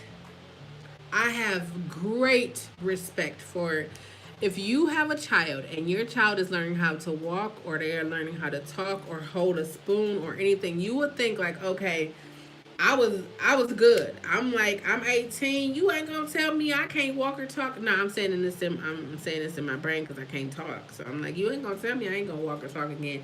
I'm gonna show y'all why I'm saying that right. I accepted the fact that a lot of my accomplishments came because I said I was gonna show somebody. So it wasn't as sweet as when I just did it because I knew that I could do it. Like I went to college. I graduated college because people said I would never do it. Oh, no, you would never do it. Do you know who you talking to? I still got a little bit of that in me. I ain't even gonna jack. I still do. You tell me I ain't gonna do something. You just watch. Don't believe me, just watch. But no. I come to understand on this journey, I've come to understand in my life, you can have a horrible life, or you could make the life that you want. I have decided to make the life that I want. I wanted love to be a part of my life. Love has been a part of my life. That love is gone. It's no longer there, but I am still surrounded by love. Oh, let me tell y'all the cutest thing, right? So Cam, he's 3. Or he's 2, about to be 3. I'm not the type of auntie, or to be like, oh, you coming with me because I'm your auntie. I'm never forcing anybody to do anything. I always give everybody an option, and that's my thing. When I'm talking to somebody, I want you to give me an option. Don't just say, hey, we're going here. Give me the option to say, hey, give me an option. So I was like, you know what, I can't wait till Cam start talking, so he can say if he want to come with me or not. So yesterday he was like, my mom took my mom to the store. She's like, okay, come on, Cam, you gonna go with me? He's like, no, I'll go with T. And I was like, T. He didn't say TT. Most kids say TT. He said, no, T. I'm going with T. And then he got in the car, buckled his own self into the car seat. Oh my God. It when I tell y'all, like, that meant the world to me. Like, have you ever taken the time to just listen to the birds? Or watch the squirrel run by, or rabbits, or cats or dogs? Like, have you ever just watched something other than yourself? Like, if you, I, it's when you're able to see life outside of you. I know that probably sounds real strange, but I'm just saying, like, if you hear a bird chirping, like, if it's nighttime where I am and I can hear the grasshopper, centipedes, whatever they is, like the crickets, whatever it is, I can hear that. I remember a time in my life I was so busy doing nothing. But I was so busy, I couldn't hear anything. I couldn't hear, I couldn't feel. So when I say I'm feeling, I call myself turning those emotions. I'm turning it off. I'm not going to feel. I'm not going to cry. I'm just going to be hard. I'm going to just be out here. I'm a Cancer. Can you imagine me being hard as a Cancer? That's why I was praying. Like, I want to have that where I can be cold-hearted to people. I really don't want that, but I just want to see what it feel like. I want to see what it be like. Hey, I'm gonna shit on you, and then I'm gonna go over here and I'm gonna be the best thing ever. I'm gonna do. I just wanted to see what that felt like. I just wanted to see what it'd be like. I don't give a fuck about you or the horse you rode in on. I just want to see what that feel like. Cause me, I just be like, dang, I really want to know. I'd be really concerned. It get here and then it just like course through my whole body. I be trying not to let it go there, but I can't. I've been trying for 40 years. 40 years I've been trying to figure this out. I can't. I be wanting to cuss people out. I be wanting to listen.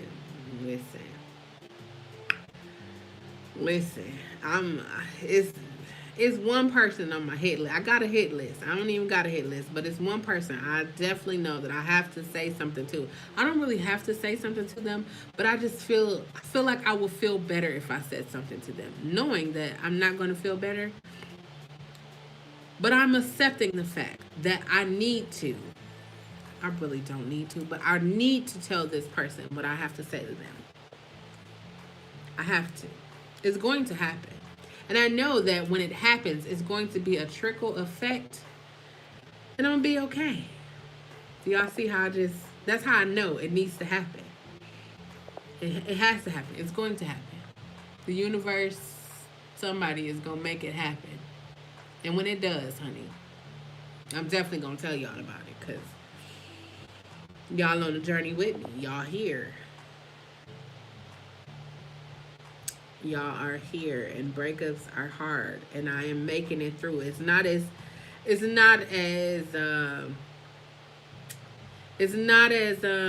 hard, as tough as it was. Like, how do you get used to being with somebody for years and then you can go and sleep with somebody else? You can just go and be with somebody else. How do you, like, do you not think about the person that you was just with for years and then you get a new person? Or even though your new person is an old person, like, I don't know. It's too confusing for me. My brain can't. I can't. I can't. I am struggling. Like, sometimes I'll be like, oh, I'm not sleeping in the bed tonight because it's just memories, thoughts, dreams. It's just like, God, why? Crazy thing. Let me tell y'all the crazy thing that happened, right? So I have an external hard drive. I have a laptop. Lost the USB cord for my external hard drive. I still have it though, but I lost the USB cord. It's a special kind of cord. And the hard drive in my laptop gone. Mind you, I just bought this hard drive for my laptop. I just bought it, brand new, installed it and everything. Gone. Every video, every picture, everything that I had on the computer is gone. All the memories that was on the computer are gone. But of course, I have a hard drive that I just need to get the cord to. And I said that because I think sometimes in life we try to erase things that happen, especially if it causes pain. But again, I'm going to say this: everything that happens to us, there is a lesson there. So you're trying to tell me it's the lesson in me being homeless? There was definitely a lesson in me being homeless. Definitely. This is why I say I'm struggling with the fact that I am divorced from the woman that I consider to be the love of my life, because she was homeless with me. Not, mind you, she has other siblings. She has a ton of people that she can go to, but she stayed with me while I was homeless. For me, I take that as being love, because I don't know anybody that would do that. I bet you probably asking yourself, is this somebody else? Who would I be homeless with? Mm-mm. There's a lot of other things. But I'm just processing. I can't believe I just processed that I was embarrassed about my whole speech impediment. But I processed the fact that I use weight as a coping mechanism. I didn't care about being big, thick, whatever term you want to put there. I didn't care about it because, this on the inside, I'm good. And I'm thick. And I got tattoos everywhere. So, I mean, hey. And then I'm working out now. So I'm toning and this yoga. Let me talk about yoga for a minute, right? I understand why people spend all the money for the clothes that they spend. I understand why people spend money on yoga classes. I mean, of course, I'm doing them for free in front of I don't even know if it's, well, whatever. I'm doing them for free in front of my TV. But I understand. This morning's yoga I did, or this midday yoga I did, it's not so much about like lifting weights and doing all of that. It's about being at a peaceful, restful state and just being tranquil and just paying attention. It's paying attention. When I was talking about the birds chirping and the squirrels and the stuff running past, have you ever asked yourself, like, do the birds wake up every day and like, okay, I need to figure out what I'm gonna do about food? I don't think they do. I think they just eat, or they just sit up in a tree. Like, if we think about the most basic things, like babies, like they're not like, oh, am I going to eat today? They're not thinking about that, because that's your parent. You're a parent. That's like something you just. But when we become adults, like when we live through stuff, we become adults, we don't look at the small things. Why do you keep saying we are surviving a global fucking pandemic? Because you probably didn't look at that's nothing. Like, yeah, I'm alive. Everybody alive. We all alive. But think about this, right? Think about how many people, some of the people in our own immediate family that we have lost to an illness that kind of mysteriously came out of nowhere. Gone. People gone. Like droves of people was gone. Like the entire world shut down, gone. Like, and then I'm just going to sit here and do what? Cry because I'm divorced? No, I'm not going to do that. I mean, I am doing that. I have done that. I probably cry again. Here's what I learned in my 40 years of living. I know there's probably people on here that's older than me, but I'm going to tell you what I learned in my 40 years of living. I will laugh. I will cry. I will be heartbroken. I will be filled with joy. I will experience death. I will experience birth. These are universal experiences that we have all experienced. And as long as we are, that was good. Long as we are all breathing, we will experience that. Yes, I am heartbroken right now, but guess what? I was loved. I am loved. And as long as I be alive, who knows, the next person that come into my life, they take all of that away. You know. I mean, they're not going to take it away, but they will help me heal my broken heart. Because, I mean, no, I'm just playing. I'm just playing. I'm not going to date for, yep, that's, that's when I'll start dating again. I just feel like I just want to enjoy me now. Enjoy me. Like before, I've literally been almost everywhere. I have yet to go to California, Idaho, Washington. California, Idaho, Washington. And then like I'm forgetting one. But I've been like almost all of the states. Oh, Hawaii. Um, and I really want to actually go. I've always wanted to go to California. I've been wanting to go to California for some time. I'm thinking about doing that for my birthday, but that depends on a lot. I'm thinking about doing either California or Washington for my birthday. Something. My birthday is coming up. I'm crying because my birthday is coming up. No, I'm crying because I did not anticipate being in this space. I did not anticipate it. I didn't know that I wanted this. I didn't know that. I didn't know that I needed this.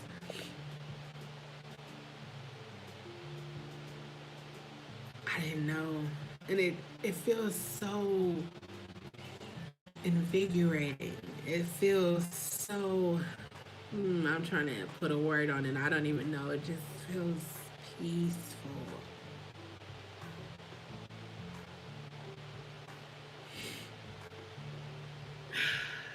It's all the feels. It's all the feels. Like I'm smiling. I'm everything. Like I knew one day that I would get to this spot. Like I knew like working hard. I knew that I would be here. Again, I didn't know how I was going to get here, but I knew that I was going to be here. I knew that I was. And I didn't know that I was going to be like emotional. When I tell y'all, I totally had something else that I was going to talk about. I was going to eat this food. I was going to do all of that. But here I am crying on live. I don't I don't really care. I mean, I told y'all I was going to take y'all with me on this journey. This has been one hell of a journey. I wouldn't change it. I wouldn't, people would be like, if you could go back, I wouldn't do anything differently. Because I wouldn't be who I am today. And I am so grateful. I'm so grateful for every experience. I'm so grateful for y'all still being here with me. I'm so grateful for y'all even communicating with me about this experience because it's one hell of an experience. I want to say this to you, right? If you are hurt, if you are hurting, don't hurt anyone else. Understand your feelings of how you feel right now and think, I don't want anyone else to feel that. And how do I not keep anyone else? What can I do? I could not hurt someone else. I know it's probably easier said than done. That's what people say. But when you think about it, it's actually pretty easy.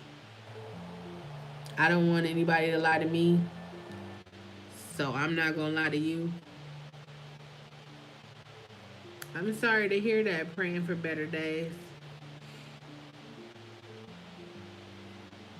I didn't lose anyone like in my immediate family, but I did lose an extended an cousin.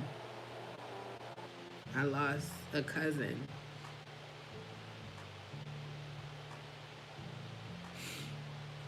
But just to know, like, I'm still here. And everything that was in my life that should have, where I should have just given up, or I should have just been like, you know what, fuck life. Life is just, I can look at those situations and realize that I am one strong person.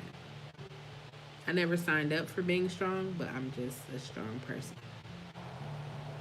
Like, even through this whole situation, everyone is like, how are you not angry? How are you not mad? How are you not? And I'm just like, what would I be that for? Like, my time with her was good. Good. Even on the days where it was just like, I don't understand. It was still good. It was all good. Because I felt like, we were growing. And she's just her. And I'm me. And I can't have hatred or anger against anyone. That's a waste of time. And my time is very valuable. And just like your time is very valuable. And I appreciate you guys, girls, and non binary people for being here with me during this time. This is a very emotional time in my life. And you guys are here with me. And I appreciate that. I appreciate that.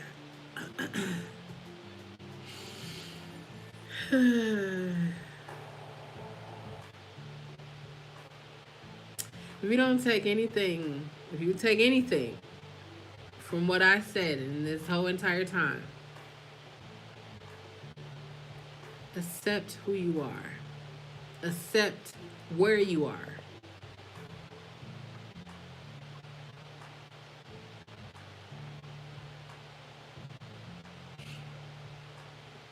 Thank you, Dolores.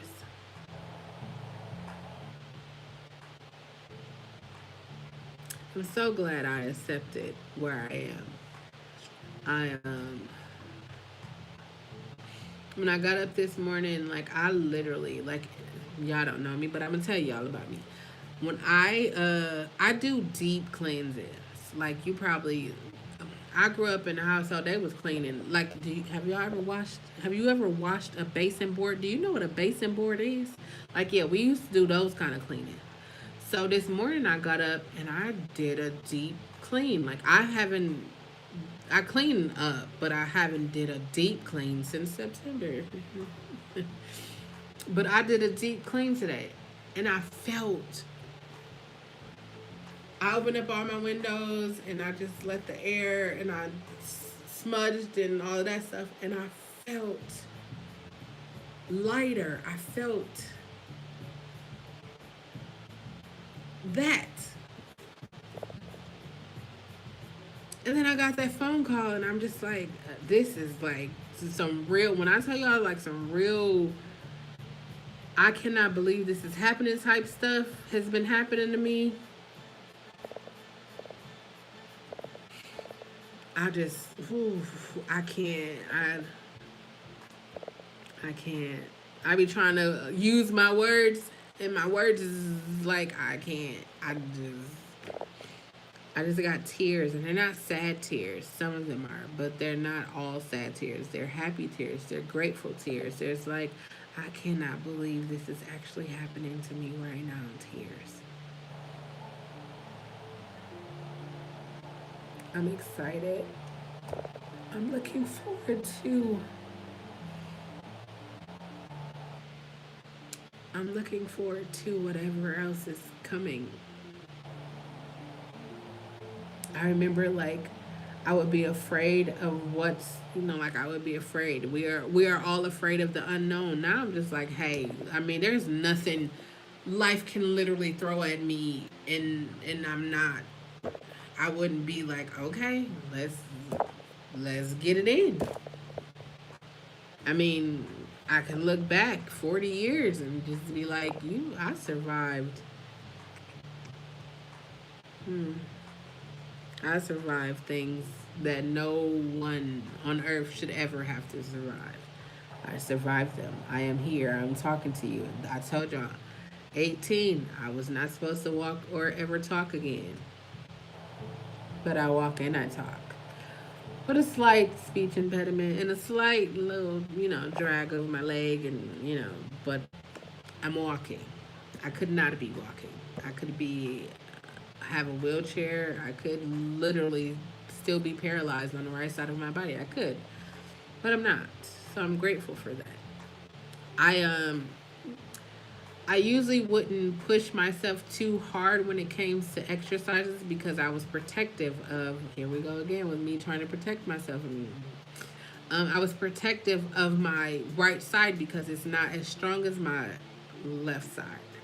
And my right side, it was my like dominant side.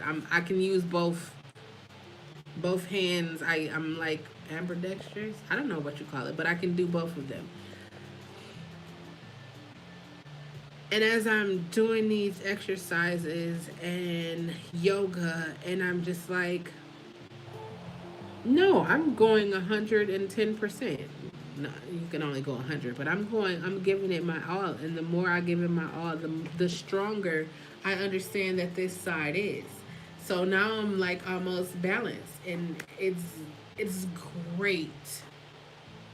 It's great when you push past fear and just live. Enjoy the moments. Like I'm sitting here and I'm looking at this time like I've been on here for 2 hours. And some of you have been here the entire 2 hours. I remember when I couldn't even do a 3-minute video. Now I'm talking for 2 fucking hours. Ugh. It is those things for me. It's knowing that I am growing. It's knowing that I am overcoming. I am accepting. I am being confident in who I am and who I was created to be.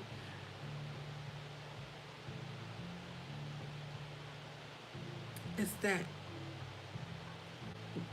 It's that for me. And I wanted to share this experiences on YouTube because I watch a lot of videos on YouTube, and I see people like they'll show you the ups, and then they'll show you like, okay, this happened, or I had to take a break because this happened, and I'm here like, listen, I ain't even gonna check. Like September, I was like, you know what, I don't know, this YouTube thing for me, especially when you find out that the person will tell you YouTube is a big commitment, too big of a commitment for them, and then they go and make another YouTube channel. Whew. But I'm here because I said, I have to do this for that person who wished that somebody would have said, or who wished that they could come to a space like this and just be here. To know like, okay, I'm not the only one experiencing this in my heartbreak. I'm not the only one that want to start a book or whatever. Like, here's some tips or tricks. Like, I just want to be better. That's all. I just want, when it's all said and done, when my ticket get punched, I want it to be like, okay, let me tell y'all. So we was talking about, do y'all got insurance?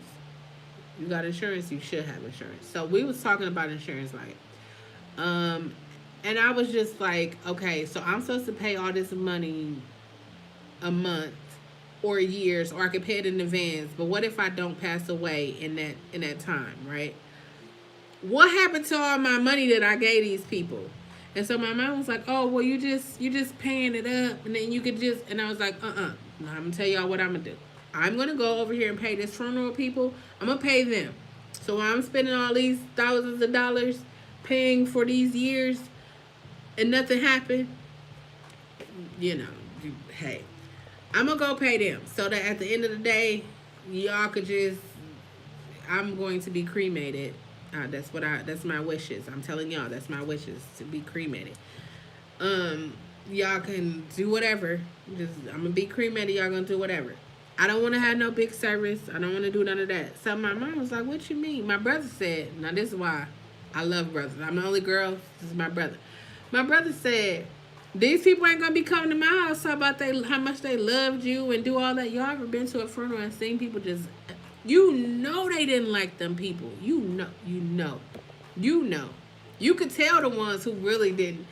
They be the main ones up there crying and snotting the boo-hoo. I ain't not gonna holler anybody grief. I'm just saying we all know. We know the people that put a week on it. We know that you was the one that they was beefing with. We already know. Y'all know. I know, y'all know, we all know. But with all the stuff that was going on with the pandemic, it really put a lot of things in perspective for me. It really helped me to let go of a lot of things. I mean, I'm pretty sure it's not just me. I'm pretty sure you probably looked at your life and was like, you know what? I've been really wasting time. Like, really. Like, I had a business idea years ago, but I just didn't do nothing with it because maybe I got married or I had kids, or maybe I just put it on the shelf because I just didn't feel like I could do it. Now is the perfect time to do it. Right now. I'm not saying like right now. Well, I mean, you could do it right now, but right now, in this present time, is the right time to do it. I was thinking, I said in one of the videos that we are in the second quarter of 2021. Do y'all know that once June hit, we're going to be at December before you know it. Then 2021 is already over. And then you're going to look back and be like, holy cow, I did nothing. I settled all 2021. I survived. I am surviving. I'm living and surviving. But what do you want? Like when you get to December, what do you want? What do you want that to look like? What do you want to be able to look back and be like, dang? Like I tell people, like, it's like at my funeral or whatever, I'm telling them I want to be cremated. They probably gonna have a whole funeral and everything, cause that's just them. I'm dead. I'm not dead, but I will be dead, so I wouldn't know what they did. But when it's all said and done, this is what I want people to say: that she loved, she gave of herself to ensure that music artists, music creatives, anybody that touches music, got a financial return on their musical investment, and she was love. She just loved. Just love, positivity, just that. I know somebody gonna come out the woodworks and be like, "Well, I remember when," but the good that I have done will cancel that out. It will. This is like in your life. The good you have done will cancel out the bad. That's if you not just on a regular doing bad and hoping that you, hey.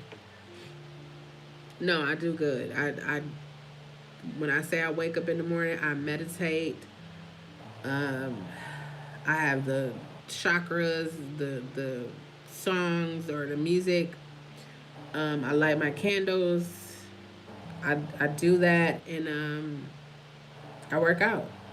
I straighten up around the house. I work out, and I just be positive. This last week of my life has been tough. But hey, I've overcome a lot of tough things. But it was tough. And then Saturday, we got divorced last week, Thursday. And yesterday, I got the actual divorce papers in the mail. Ooh, it's that.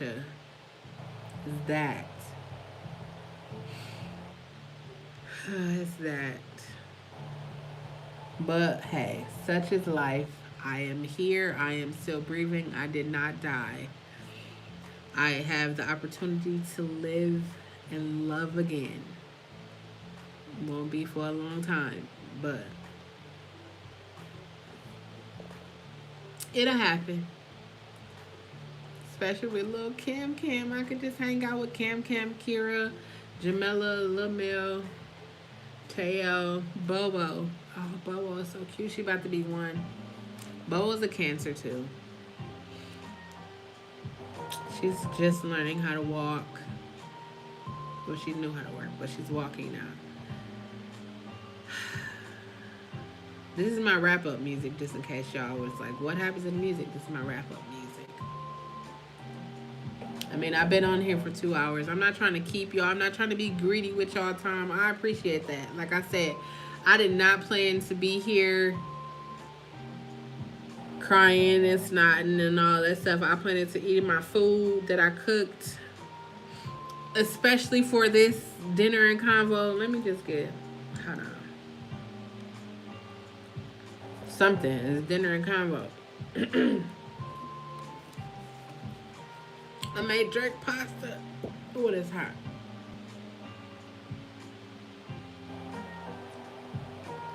Let's just be clear.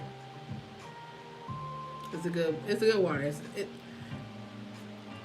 It's really good. It's cold. And it's good.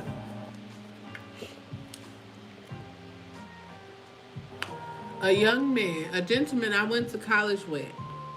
This is his waterline. If you have a brand, now I'm making a promo. If you have a brand or anything, you can send it to me. I'll be promoting, especially people of color. I'm not a big channel, but if y'all can't tell by now, I'm real. I promote and do. I support us. I support us. I support the Alphabet Mafia. I support people of color. I support women. I support anybody that's trying to do something positive. Anybody that's just trying to be better. The world outside. Listen, I was in here the other night. Actually, that was Friday night. I was in here taking my music wellness class, finishing up. I'm definitely going to go live, probably later tonight after I work out. I don't know, somewhere in between the next 24 hours, I'm going to have to go live again because I am charged. I have to make a jingle and I have to make a lullaby. You know,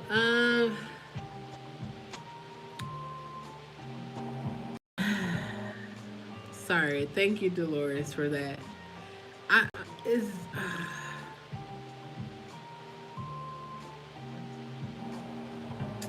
thank you. Thank you for that. Thank you. Here I go again. I mean, it's the feels.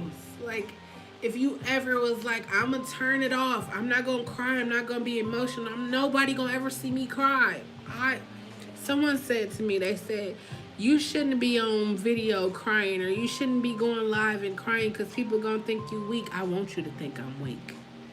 I want you to think I'm weak because you gonna think I'm weak and then you gonna come over here and try something. I want you. You gonna walk over, but you gonna limp back. No, I'm just playing. I'm really not. But we don't see people. We see people cry when there's like a funeral or there's a death or someone gets shot or someone goes to jail. Like, we don't see people just crying because they're happy or crying because they're releasing the traumas or the stresses of everyday life. Like, we should see these kind of things. That's why I have a YouTube. That's why this is Chelle's closet. It's my closet. Everything I talk about, everything we can just be, everything, just everything, because we should talk about it. It's just how I feel. That's what I think. So Dolores, thank you.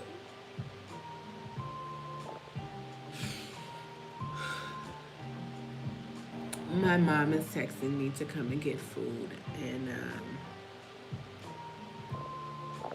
I'm not going to get food, but I'm going to go and just see her face and see my brothers and nieces and nephews. I'm just going to do that because I'm pretty sure that's what it is. Food.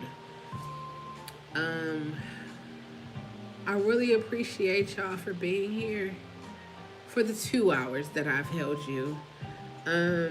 If you haven't already, go right up to the community tab.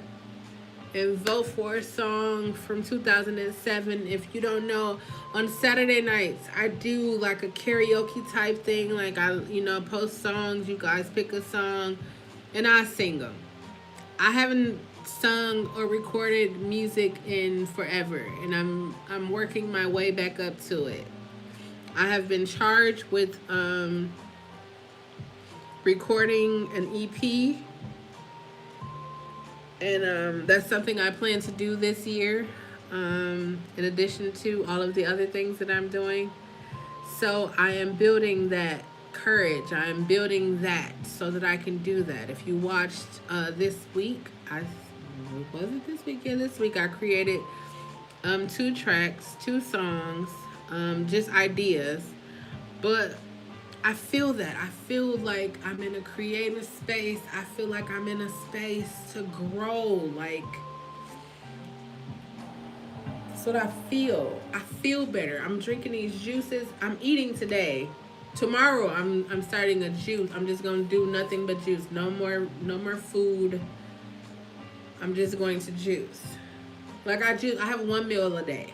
That's what I was having. But now I'm just gonna go back to just juice all day. I am at the weight that I aspired to get to. So I'm just going to continue and be on this journey of health and wealth and knowledge and learning and growing and just enjoying the moment, given that I am surviving a global fucking pandemic. Yeah. If like y'all could just feel like what I'm feeling, like how I'm feeling, like just knowing like 9 months ago I was literally lost, did not know what I was going to do, how I was going to do it. I didn't know anything. And here I am now 9 months later, and I'm like coming back together.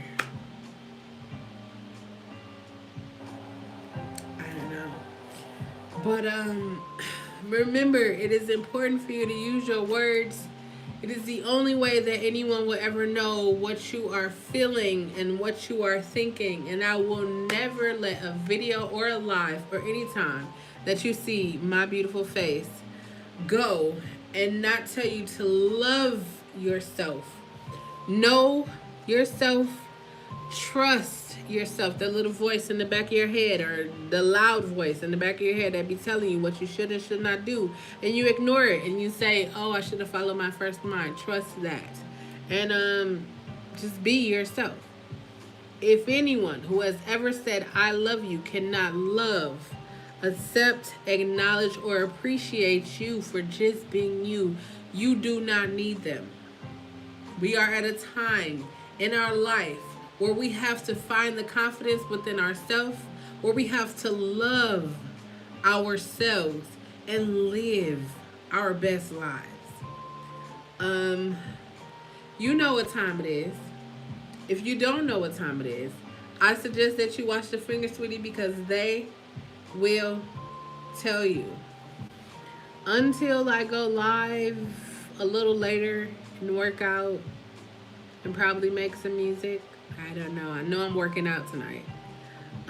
Thank you everyone who has come, everyone for chatting. Thank you all for being here. I truly appreciate that. I love you. May your evening be filled with peace and love. Until next time, peace.